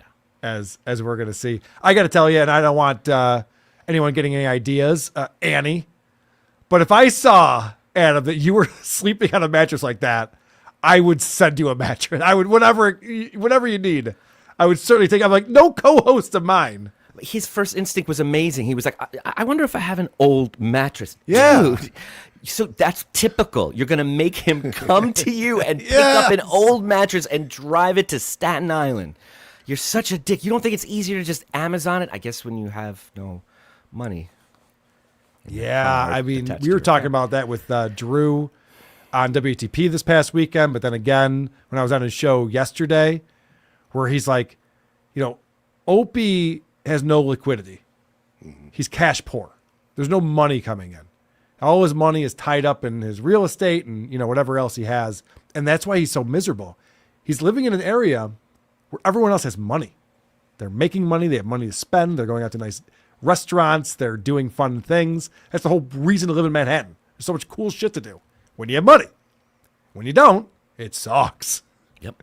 It sucks out loud. That's what Opie's doing. You end up right harassing tourists in Central Park. Yep. Correct. Just to pass the time. It's because you have nothing else to do. It's free. This is Ronnie talking about bringing a girl home to his apartment. Oh, you got a little glimpse of where the magic happens. Yeah, man. Can you imagine me bringing a girl back to that? What would you do? All right, Ron. No, I would make my bed if a girl came over. Ron. I mean, not even a prostitute would fuck this guy. No. This is really next level. Could you imagine bringing a girl home? No. That's a horror show. Or showing it on a live stream intentionally, not because your camera dropped. I know. Honestly, this is so pathetic. We're almost getting into like Lady Di territory from Opie and Anthony, where it kind of turns and we all just go, "Oh, this isn't fun anymore." Like this is a person with a problem. That makes sense, and that would put it on Opie because, like you said, Ron is doing this because Opie. It's what he wants. He wants to debase someone. It's what he knows. It makes him feel good. He knows this will make him happy to just for him to embarrass himself. So exactly like we saw with so many other people with Stuttering John, how far is he going to let it go? How far is he going to take this until the guy's like chopping off limbs and like right. And so this is Ron understanding how pathetic this really is as far as like ever getting to touch a girl ever again. I mean, it's not. I'm sure he's checked out from that reality. There'll never be another girl who will let me touch them. You know what I mean? Like that's a weird way to live your life. But I think that's where he's at. There's no way a girl would ever. There's no way. She would. I would have to Bill Cosby or no. Anthony Gentile, who kind of takes shots at me, but he's not wrong today. Opie needs a new friend, or Opie needs new friends. See, Anthony, we can get along. I like this. What an asshole. Yeah, he likes that. Yep. Oh, you're making fun of this asshole? Yeah, all right, we're cool now. As long as we're talking about this jerk, not me. It's great. Some sense. Get rid of the word new. Opie needs friends. I really did not want to feel bad for Ron. I know, this is pissing me off. But the fact that he goes, I have to Bill Cosby her. Yeah, It's well, like, yeah, we're okay. back. we're back to hating this guy. What the fuck? Because he's dangerous. He'll do anything to appease this guy. He'll say and do anything. And it's not working. He's not a good judge of comedy. So then Opie starts reminiscing about a time when he had friends that were cool. That's what was frustrating when I was living in Rochester. We had a really good AAA team. I used to hang out with Kurt Schilling because he was up there in Rochester playing AAA ball. We were legit friends. I got stories I told many times on Fucking these bloody things. sock, baby. But he was awesome. This is going to be me someday. Fast forward 15 years. I used to have Adam Busch on my show. I swear to God, we used to text each other off the show. We were friends. Oh, legit? I could tell you stories. We talked on the phone twice. I swear to God, it was real. Did you have dinner with Ozzy? Opie, did you? I know. This is so sad. This is really Stuttering John all over again. I used to know famous people. Now I'm watching Ron the waiter show me his bed. But I think Ron's sitting back right now thinking, you never had friends. Oh, dude. I don't know what's going through Ron's head. I think that he's still starstruck. Yeah. I think he's still going, wow, you knew Kurt Schilling? Because he's a Boston guy, so he's probably all excited about, oh, bloody sock. Oh, yeah. This sports talk's probably going over most people's heads. Doesn't matter. The point is that there's haters who are bothering Opie, and so Opie has to take care of business. Wait, let me get rid of this guy. I think he's here to hate. So, all right, I had to get rid of the guy. We're not. There's a lot of haters. There's less haters. Like we've had it. We don't go hate somewhere else. There's plenty of live streamers you can hate on, and they'll fucking go back and forth with you. But we're not into it here anymore. Yeah, go ahead, Ron. So this is the thing that Opie doesn't understand. Stuttering John used to say, like, you'd think I'm George Clooney. Why are they paying attention to me? I'm a D-list celebrity. Like, what's the deal with that? They're not haters. They're trolling you. The reason why they're trolling you is because you're unique. You're a celebrity who's terrible at their job and continuing to try. That's not a lot of people. There's not a lot of people in that category. Most celebrities become celebrities because they're really good at something. Mm-hmm. And people recognize that. And they go, holy shit, look at this. I want to watch this person perform, or I really like his work, or whatever it is. Whereas Opie and Stuttering John and these people, have been shown that it's the Emperor's new clothes. Right. They're terrible. It was never apparent until everything else was gone. Right. It's just like one little young club-footed kid to go, he's not wearing any clothes. And everyone, yeah, you're right. He's not wearing any fucking clothes. Jesus Christ. If you know the story, it makes sense. Anyway, that's not the point. Again, not the point. The point is that Opie sits there going, oh, these haters, go hate somewhere else. No, you're fun to troll, Opie. The way that you react to it is fun. That's why we do this. You suck at your job. And who does he think he is when he's like, Elon Musk is an asshole? He needs... Yeah. What do you think Elon thinks of that? He thinks you should mind your own business and stop trolling him and stop hating and appreciate the good things he's done. He can't see any parallel, and it's really scary. And I hope Ron can make the parallel of Lady Di that everyone keeps bringing up, that he's becoming Lady Di, because if you follow the story, Ron, it doesn't end well for her. No. Yeah, remember, the name of this episode is Why Do All Billionaires Suck? Opie's above it all for some Really reason. gotten to it. I think he's given us a great example. All right, I've already played this on the show, but it's just too amazing. Just do it. Thank you, Opie. I agree with you on that. That's one thing him and I see eye to eye on. So this is what I was talking about earlier, Adam, when you were like, has he ever been over to Opie's house? Is Ron really his friend? What's going on with that? Listen to this. You have 2 children? Yeah. A daughter and a boy and a girl? Yeah, you'll never see them. Okay, now listen to this. You'll never see them. Yeah, he wasn't trying to be funny. No. That was just being a douche. Yeah, stay the fuck away from Correct. here. You'll never meet my kids. Well, someday they'll be adults and maybe they'll come out to Gebhard's and hang out with us. No. Off limits. You'll never, ever meet my kids. Like, hey, I thought we were friends. He even started out the show by going, my friend Ron's coming on the show. They are not friends. I think it's because Opie hasn't seen them in so long that he can't make or schedule a date with them for him to come over and do that. He has no idea what they're up to. All he knows is what it says on the school calendar. Yeah, Opie could probably give one of their mattresses to Ron. Yeah, they don't sleep here anymore. Probably so. what he was thinking of, yeah. It probably is. Well, okay, so Opie closes the show by reiterating that Ron is his friend. Oh. Out. If I brought a couple pillows to Gephardt, will you use them? I'll take them off. Opie, Right, you know how you have to get up in the middle of the night to take a piss? Right. Usually because it's because of my mattress, I usually walk to the bathroom hunched over because I can't fucking sit up. I can't fucking sit up straight. I got back exercises for you too, brother. You got to do the back exercises every day, though. Every fucking day. All right, I got to go, Ron. All right. Ron Berman on all the socials. He's my friend. Is he? You're just saying that's good enough? Not actually helping him out with something that he needs? Allowing him to come over to your beach house for a weekend? I don't know what Ron's doing for July 4th, but I imagine that hanging out with Opie at the house would be better. Right? I don't think I've ever referred to a friend of mine as my friend in public. It's normally just their name. Yeah. Well, I have one more clip from here because Ron is also seriously stupid. And we're going to find that with how he tries to calculate time and tries to math. This is Brendan Schaub level trying to math. So what's 95 weeks plus 95 weeks? 190. Yeah, I don't know. Was that a year? I don't know how many years is that. So 190 weeks is a year? I don't know. I don't do math. Almost 4 years. Oh, there's 12 weeks in a year. Oh, yeah. Yeah, there's 12 weeks in a year. You're right. Wow. Ron is next level dumb. Not that I didn't already know that. Now I don't know how to feel about him. I know. It's very complicated when it comes to Ron the Waiter. I'm actually interested to hear what this man thinks about it. Cardiff Electric is here with us. What's up, Cardiff? Docs. Oh, man.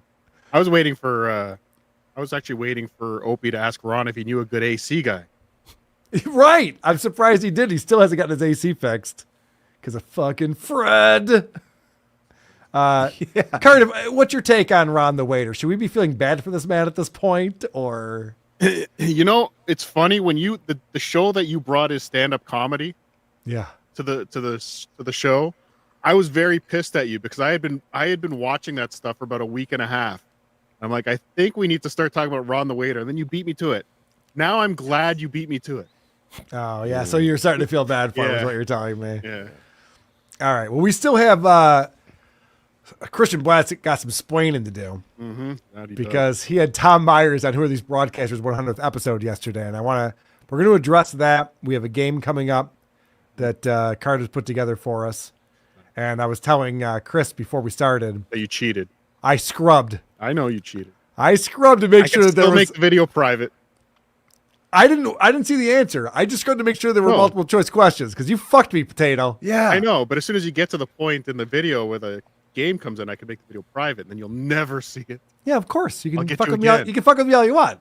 I know that. Oh, okay. And he does. Yeah, I totally understand this stuff. But in Carl's defense, you could tell he was genuinely surprised last week, so he doesn't scrub through these. I don't. I never cheat. Now, I do want to put it out there. There was part of me that said, do you really want to fuck with Carl this week of all weeks?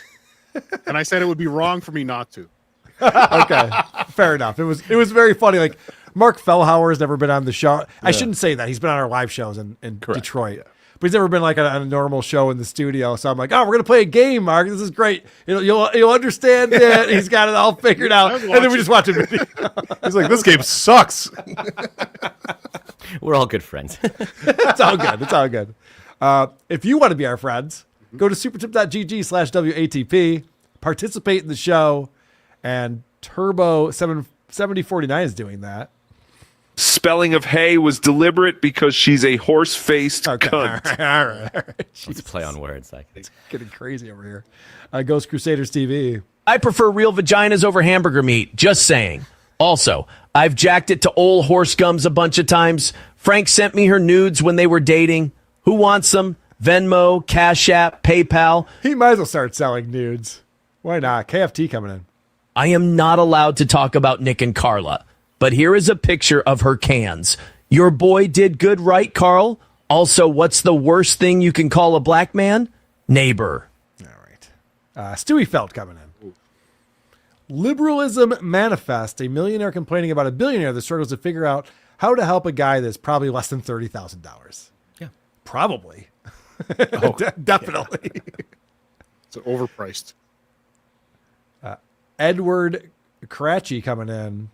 Aaron calling his girlfriend slam piece is disrespectful to her, especially for a man still facing sexual assault allegations, a high school kid impressing friends. Yeah. By mooning. Yeah. Go ahead, Adam. Tony Baloney, I'm curious what you guys think. How long until the Gephardt's gang, maybe not including retard Ron, completely turn on the Opster?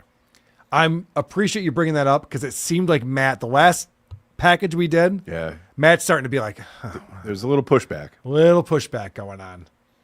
It can't So- last long. It can't. He's It only might not hurting make the business. summer. It might not make the summer. Siegfried Line, Greg is not okay. He's asset rich and cash poor. He's broke. This squinty-eyed, purple-lipped putz is living alone in the Hamptons. Tragedy incoming. I agree completely. You agree. I don't know that that's true. I think he still has his family It around. does not end well. Rumble Trenchcoat, a Columbo podcast. I do not want that guy serving me food. I know. Good Ron point. the waiter. Yeah. If I saw a single clip of this, I'd be like, we got to go. I'm sorry. You employ this asshole? No. Ron the dumb waiter.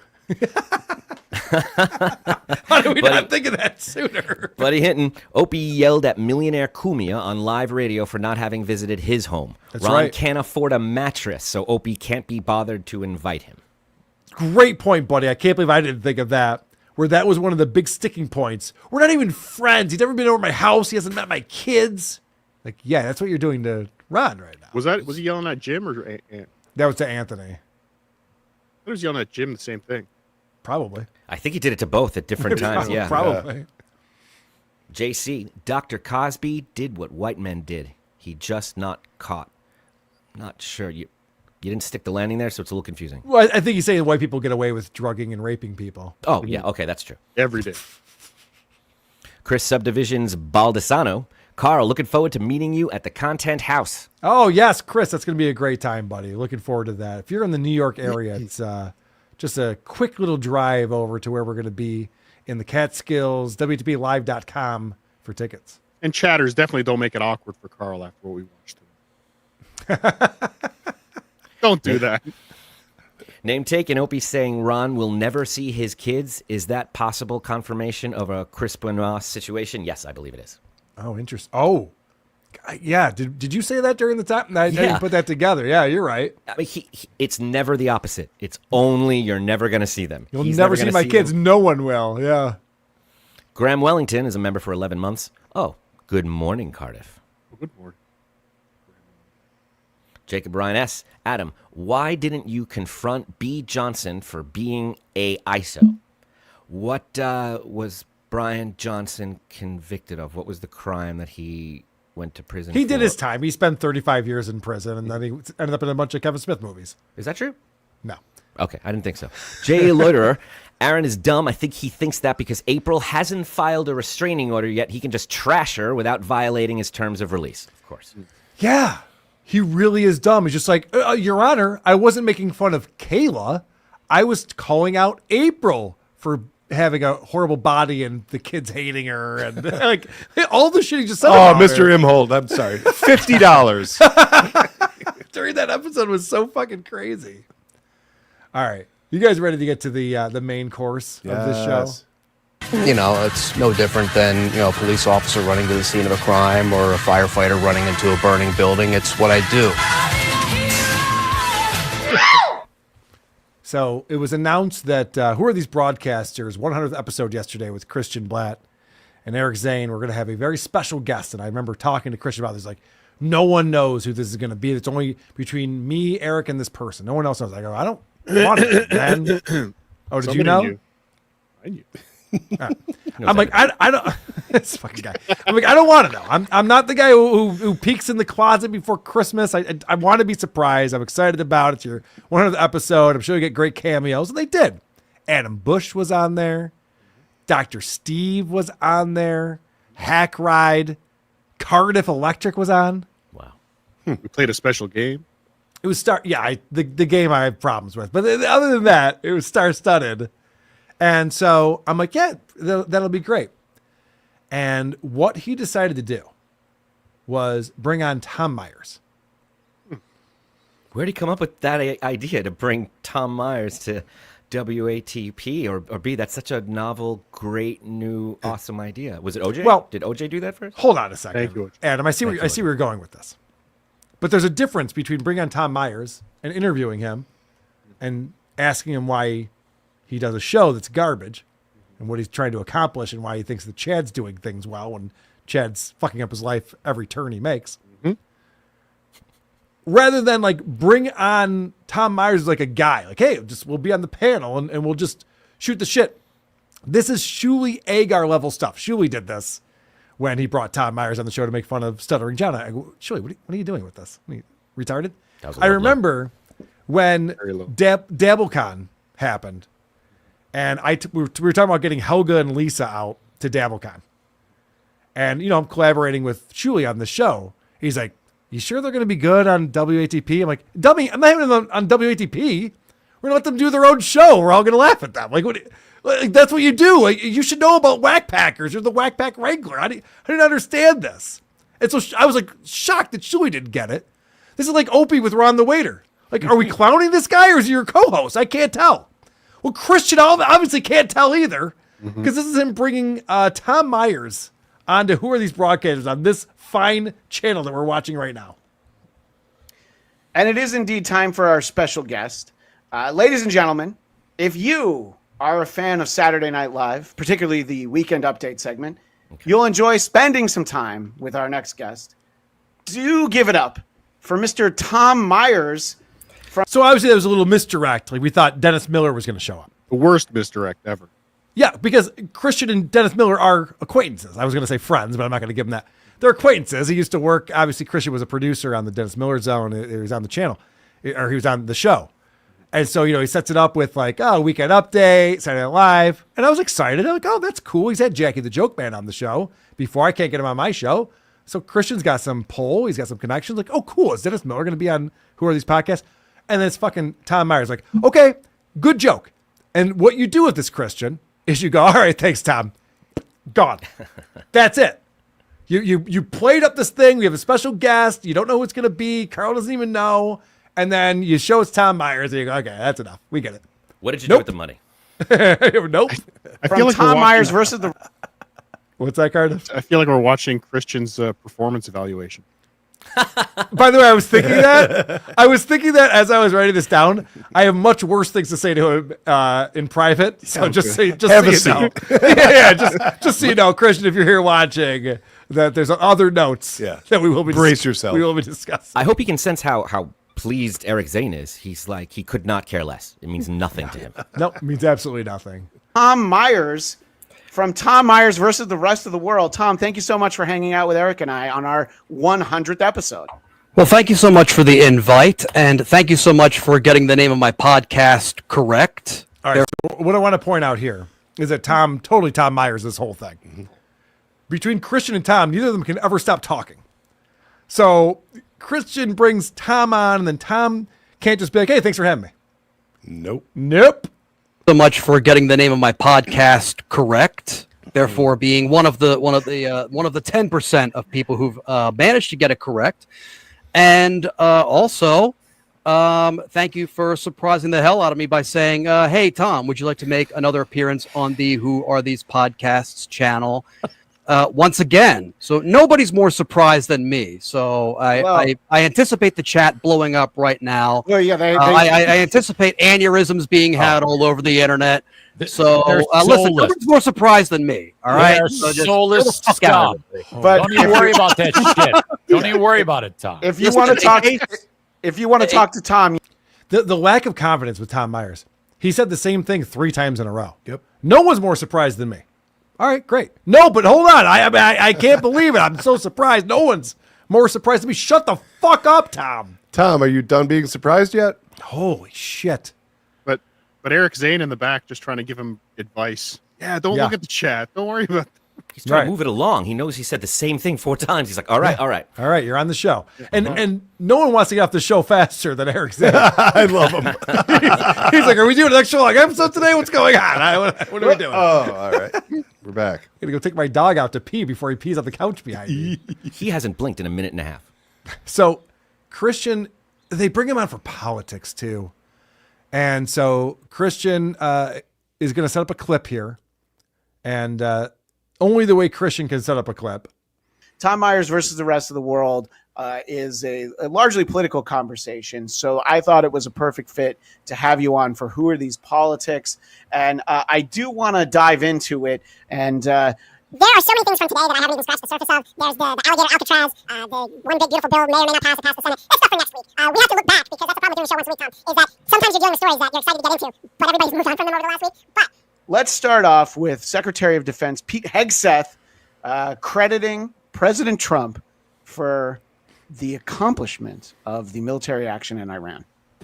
So I had to speed that up because it went on and on and on. And I'm going to give Christian a pointer. He probably won't see this because he doesn't watch the show. But if he does, he's in the chat. He's watching. I know he is. That was my joke. That was an insider for us. Come on. But if he is watching this, just a quick pointer. So we set up that clip by saying, now there's tons of better clips than this. Tons of things that have happened that I'd love to talk about, like this thing happened and then that thing happened, and those are all great and well, and we'll probably talk about it at some point, but right now I want to talk about this old thing that you've already seen that's kind of like boring. You have to act like the clip you're going to play is the greatest clip you could possibly be showing at that time. You won't believe this clip. There have been times when I'm showing clips of something and I'm like, fuck, I just saw Opie do this thing 30 minutes before we came on this show, and I'd love to talk about that, but I don't have it prepared, so we got to do this thing from yesterday. I never let on that I'm like, this isn't as good as it could be. Don't say that. Why would you ever fucking say that? And this is like a filibuster to explain that we're going to watch this clip, and the whole time he's going, it's going to suck. Get confident, stupid. What you doing? Anyway, so let's hear Tom's take on this clip that he played, because this is why you brought Tom on the show, is not to clown him and explain that his political takes are retarded, as you should, as I try to do on a regular basis. No. Let's have Tom riff on this this political information. We're not celebrating that, but I'm just making the point that did this strike you as something that we have to characterize this way, or is Pete just trying to make sure he doesn't get fired?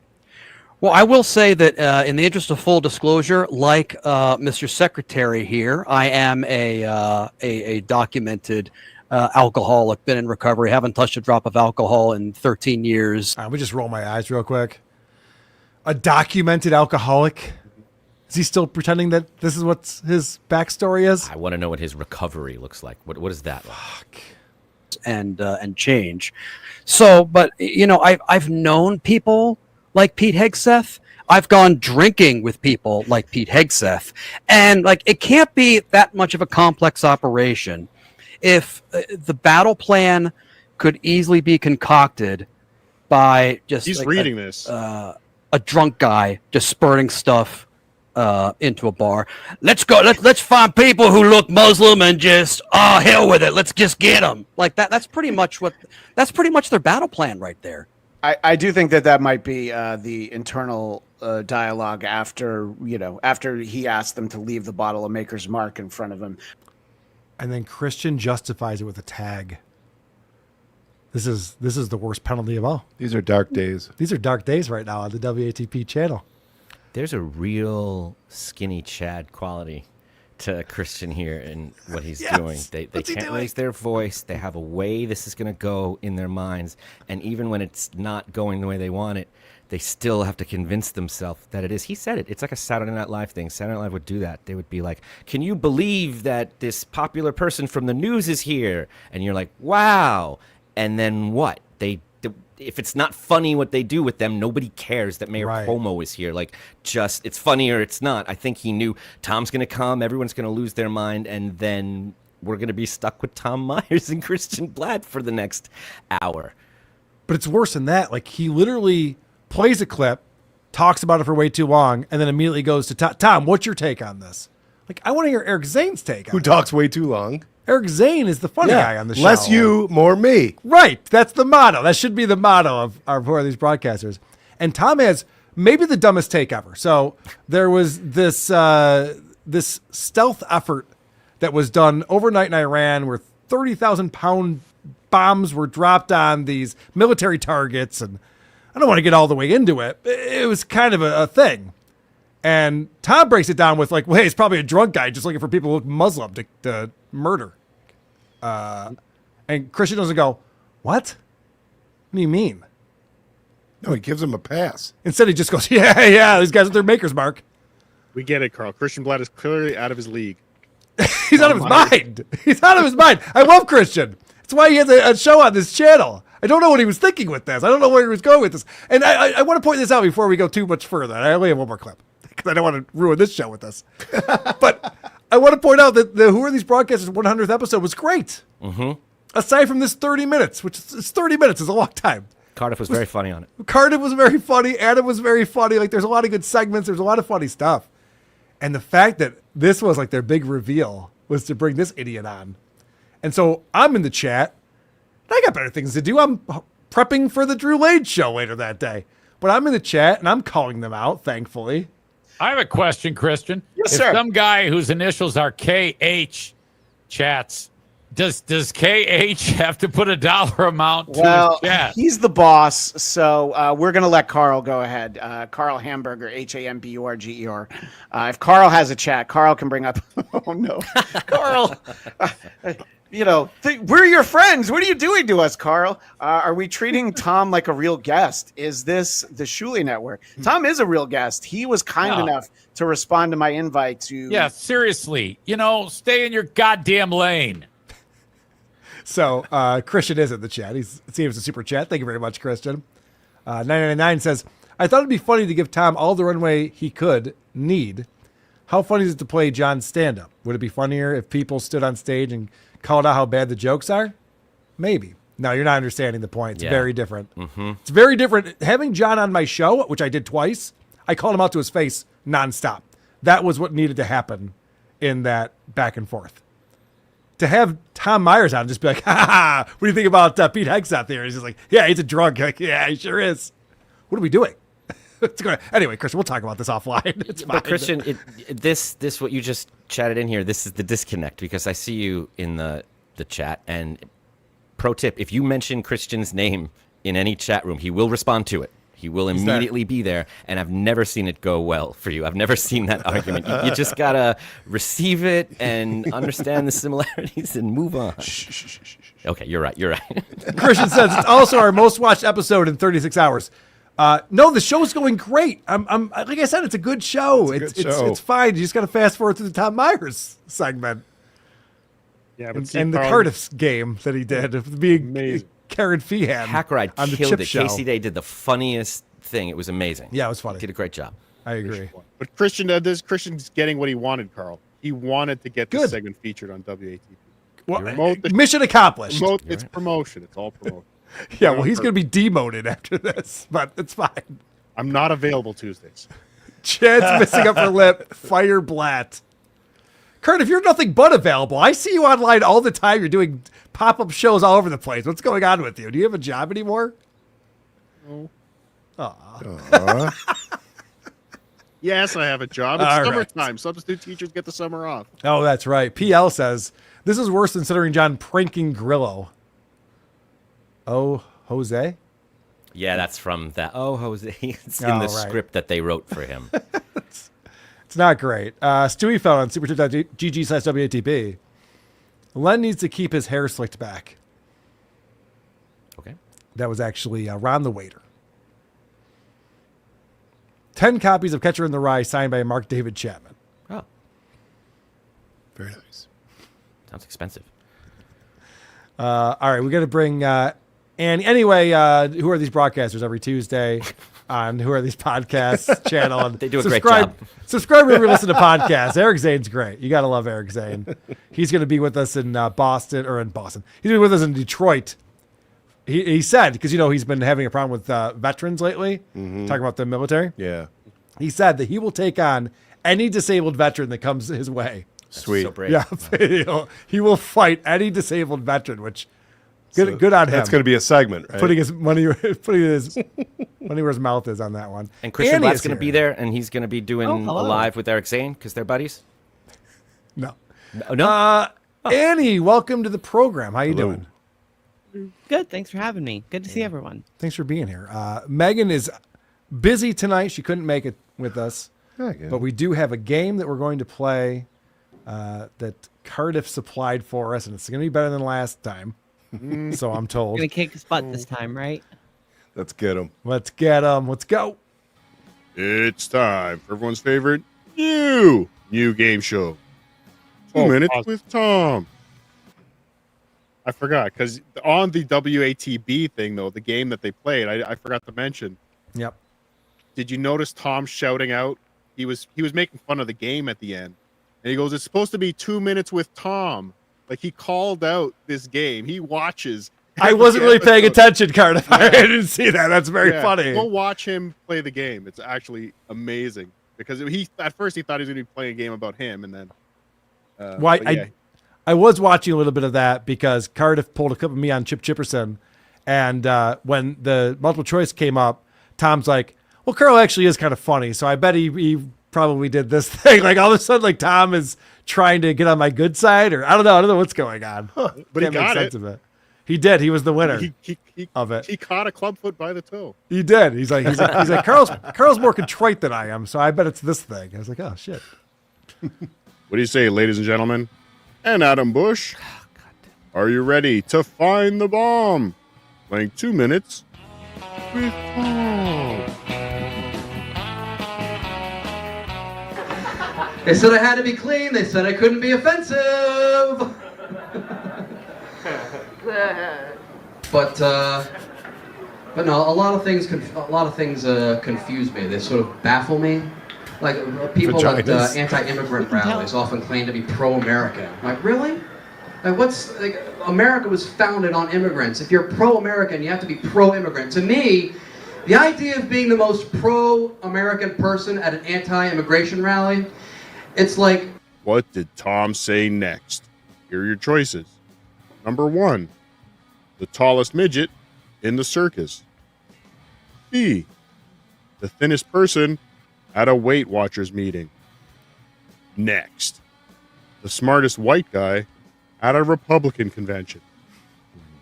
4, the fastest runner at a one-legged marathon. And lastly, the sexiest looking patient in the burn unit. 2 minutes. Wow. Yeah. Number 4 is way too funny to be Tom Myers. I'm just calling that right now. Might make me look dumb in a minute. I love B because it doesn't make sense. I'm going to go with B. What do you think, Adam? Yeah, B's really good because it doesn't work at all. It's a failed attempt. Okay. But I believe he doesn't understand certain topics, and sex is definitely one of them. So I'll go with lastly, the sexiest looking patient in the burn unit. Annie, what do you think? I think that's correct, but I'm going to pick lastly. Okay. All right. Okay. Producer Chris? I went with next. Smartest white guy at a Republican convention. All right. Very possible. Although he likes to keep politics out of his stand-up, but maybe not back then. Okay. Let's find out. All right. It's with Tom. Like America was founded on immigrants. If you're pro-American, you have to be pro-immigrant. To me, the idea of being the most pro-American person at an anti-immigration rally, it's like being the sexiest looking patient in a burn unit. Nice. Wow. Well finally done. did it. Well Yay! done, Annie. This is very exciting right now. I feel like trans people are winning this episode of WATP. It's amazing what's happening.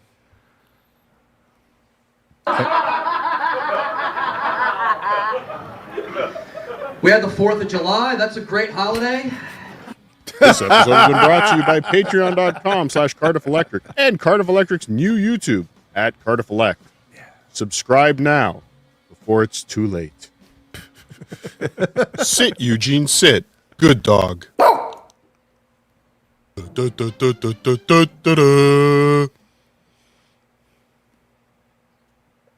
Wow. What a show. What a show that we've done today. Even I can't believe how good it was. It's one of the most fantastic episodes anyone's Tallest ever seen. midget in the circus. What? Yeah, what a fantastic show. Sorry, Easter eggs. That was Cardiff with a hidden track. Like it's an old CD from the 90s. Right, yeah, Nirvana. Fucking hidden track coming at the end. Thanks, Cardiff. I remember to start stopping your videos before I Don't stop pull the away. next one. Okay. All right. Fair enough. The great Adam Busch was here. Adam, always fantastic to see you. Anything that you want to promote, my friend? Yes, I want to promote Cardiff's coverage of Chad Zumach. It's just been outstanding, in-depth, and hilarious. Everyone should check it out. I agree. Not Annie. too slow. Oh, You're a little dude. slow. No, hold on a second. Let's address this. The whole reason why Cardiff screwed us over at the game last weekend is because I critiqued Cardiff's coverage of Chad showing his apartment. I literally couldn't follow it. I'm like, I don't know what I'm looking at. It's just Petty, nothing. Carl. Very petty. You're very petty, man. You're very, very petty, You drew man. first blood. Oh, stop it. I love the taking it so seriously, going over frame by frame like it actually matters. There's something so funny about ridiculous. that. Annie, you have a website and a YouTube channel. You can go to insanity.com and check out everything that I do. I've been playing Once Human with Spurg Snake. Probably going to be on again tonight if you want to check it out. Very good. And, of course, Cardiff Electric. You have the @Cardiff Elect YouTube channel and your Patreon. Place to be. Cardiff Electric everywhere. Except where it's Cardiff Elect. What have we done today? We've done it all. We talked about The Fighter and the Kid. We talked about KarmicX. Chrissie Mayr on with Adam Busch. Aaron Imholt mooned someone in high school and got a disorderly conduct for it, and a bunch of other shit more recently. That's really, Some other stuff. That's really disturbing and bad. There's a pattern. Opie Radio is making us side with Ron the Waiter at this point. Tom Myers is on Who Are These Broadcasters for some reason. You know what that means? It's time for everyone's favorite part of the show. The teaser. Next week's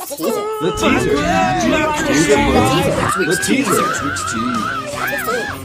I'm excited to say we will have an episode this weekend. It is July 5th.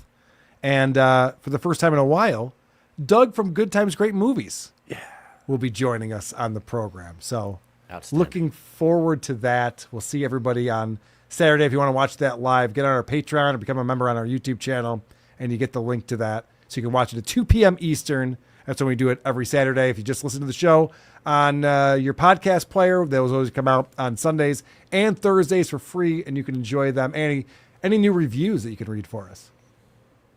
Yes, I have one from Christo Marti. The title is Gay. This podcast is the gayest thing I've ever seen, and I've seen Liberace and the Village People run a train on Richard Simmons. P.S. Tell Lucy Tightbox that silence is golden and duct tape is silver. That's the gayest thing I've ever heard in my entire life. All the Village People had one side. Gay! It says the Village People, so I guess we can. Not all the Village People were gay, I'm pretty sure. But Andy, that sounds like a 5-star review. Am I right about that? That's correct. That's a good one. Keep the gay slander coming when you're reviewing who are these podcasts. Let's check out some voicemails. Paco is back. Hey. Remember Paco came back and he was going to be at our show in Vegas? Yeah. And then he wasn't. And he wasn't. And then we haven't heard from him. He's back. Yeah, what's up, Carl? This is Paco. Hey, I was watching that Boston shit, and you guys were just being straight up assholes to Harrison Young. But I do love when he was talking about how he books his guests, and that fucking faggot Blind Mike is like, oh, I think that's how Fallon books his guests too, and he got nothing. That was fucking sweet justice. Fuck you, Blind Mike. Go kill yourself, bitch. Whoa! All right, yeah, you know what I'm saying? Shout out to Harrison Young. Do I curate these anymore? What's going on? Apparently not. Yeah, wow. I know. Obviously, you do. We like Mike Paco. Anyway, if you want to know more about Harrison Young and how he understood what was happening, our friend Nate from Flint will tell us. Hey, Carl and the gang. This is Nate from Flint, Michigan. I can answer your question. Two of my kids are autistic, and I can confidently say that Harrison Young knows that you're making fun of him. He just doesn't give a shit. Mm-hmm. They're happy-go-lucky people. It's actually kind of a superpower, and their emotions are never tied to the moment. I actually straight up bully my kids, and I ask them, when are they going to be real humans with real emotions? And they're like, oh, we're at a funeral. It's actually a little bit irritating, but yeah, Harrison Young knows what you're doing. He just doesn't care, man. So, a little bit of fact, I guess. All right. I mean, I think there's a whole spectrum, but apparently that's how the TISM works. Well, maybe if Harrison's parents were a little harder on him the way he is, and maybe if you were a little harder on your kids, they wouldn't be so cold. You got to really, really commit to being mean to him. That is the solution to this. Yes, obviously. And you were saying? I guess we found out that Nate is based. Yeah, he sure is. But I like that Paco was all feeling bad for Harrison Young, whereas Nate's just like, fuck this guy. So there's, I like to give counterpoint on this show. I think it's important that we represent all the different sides of the issues. Mr. 138. Hey. Who we saw in Boston. Calling into the show. Hey, Carl. Mr. 138. Great time in Boston. Thanks to everyone that let me pick them up. Mm-hmm. First of all, I just want to say, really sorry to hear about your dad. Thank you. I remember I met him in Rochester at the Creep Off roast. Seemed like a nice guy. It's unfortunate he's going to be burning in hell because he's a Jew. Whoa. Shouldn't have converted. Yikes. But my second point, fuck you, Andy. The asshole trying to pick everybody up. I did pick everybody up, and you were being a bitch the entire time. Love you. That doesn't sound like Andy. Fuck you. Come call me back. It's a pretty good Andy impression. Yeah, I mean, it sounded like Andy, and it didn't sound like Andy. It's pretty good. You know the essence. He called back again. This is interesting information for us. Yeah, one more thing. I forgot. Yeah, you definitely walked our waitress with your Fat Watch and the Lizzo podcast because we didn't see her for an hour plus. Oh, no. And the food we ordered never showed up. Oh. She was a land whale, so it's understandable, but it is what it is. Fuck you. This reminds me of Radio Social Brunch all over again when Vinny got his server to quit on the spot. Andy, you were shaking your head. Is that true? Do we have a server just leave during their shift?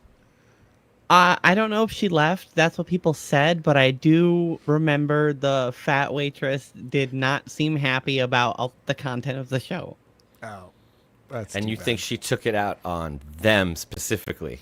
And their food. Not And their food. specifically. I think she just went like maybe on break or maybe went out for, and just was like, fuck it. I'm not Took a doing little my too long. tables because I'm not being in the room at the moment. Maybe she went to Greenland. We don't know.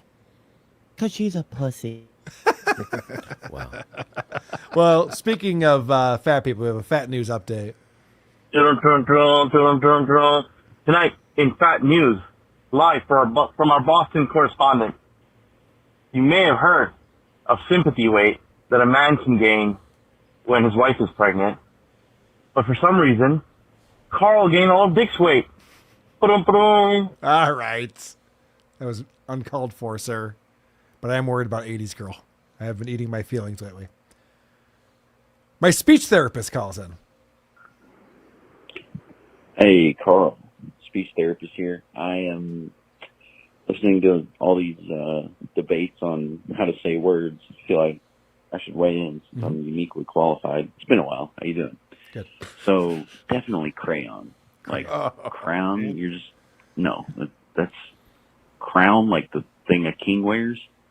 Crayon for sure. Okay. The real debate should be Mario or Mario. Mario. You really say Super Mario Brothers? I mean, this one, I feel like it could go either way, but Mario just sounds weird. Correct. So I'm going to just qualify myself to say it's Mario. Yeah. Documentary? I mean, it's spelled that way, but documentary sounds way better. What else? Fucking Caribbean? What do you got there? I'm going Caribbean. Love you. Love the show. Ironically, is it Billy Ocean sings Caribbean Queen? Doesn't pronounce it either of those ways in the song. No. It's completely different than both those. That's a banger. I love that song.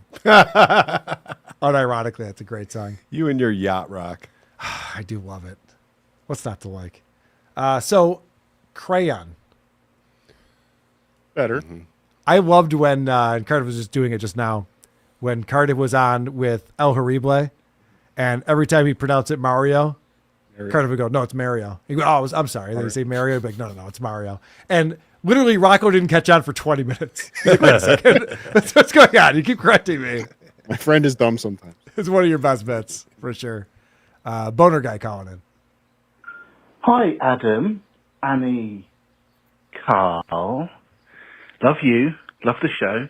Carl, you fucking idiot. The audio quality on episode 634 on YouTube was fucking dog shit. From you and everyone clipping to the clips you played all echoing back. Man, I thought I was tripping or something. And I almost forgot to go to thecreepoff.com and vote for you this week as a result. Don't forget, vote for Carl at thecreepoff.com. I definitely brought it this week. And I don't know why that happened. Mark does such a great job with the audio. Of course, we captured it. It was great. And I fixed it, and I put out a new version of it for people who are on our Patreon or YouTube. You can get that. But yeah, live, it was rough. It was rough for people, and we don't know why. Is the new version you put out a video version? Yeah, I did put out the video version of it as well, yes. Oh, sweet. Awesome. Yeah. So here's the ones for Adam. Hello, it's the Arborist. Adam's a great hole. I love it. Drive the ship. Bye. That's what he's here for. He's our Robin Quivers. That's right, Carl. That's right, Carl. Hey, it's Sergio from Providence. Was at the WATP Dick Show live show. It was awesome. Such a good time. I was the one that wanted to do the shot with producer Chris. We'll get you next time, buddy. All right. I was just saying the poster is badass, but I think you should make T-shirts for that. Like how Dick had the Road Rage T-shirts. That'd be really cool. I'd definitely buy one. And thanks for teaching me that new word called confiscate. Great word. Bye. I don't know if I invented it, but yeah, you're welcome. There will be no T-shirts. That ship has sailed. The time to do that would have been at the show. Deluxe calling in. Carl Deluxe. For some reason, you keep asking.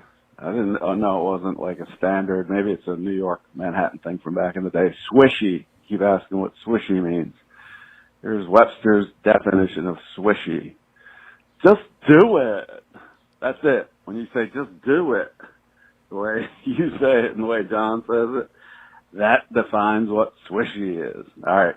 Annie and Megan, killer combo. I like it. Awesome review girls together combined. Keep it going. Peace. I agree, D-Lux. Just do it. Mm-hmm. Good points made. Paco called back in again. Okay. Yeah, what's up, Carl? This is Paco. I like when you was talking about Opie, and then you're like, hey, Opie, what if that fish had eyebrows? And you know, when he was talking about fish, you know what I'm saying? And he gave the fish a voice. All right, see you guys later. Shout out to Trucker Andy, motherfuckers. All right, Paco. I love to hear the way Paco enjoys this show. It's great to hear. He's a wonderful gentleman. I gotta go. Bye. I gotta go. I gotta go. I gotta go. I gotta go.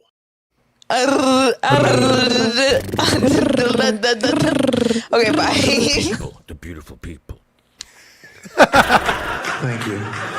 Please clap. I force applause breaks. I force them. Go fuck yourselves. Have a good week.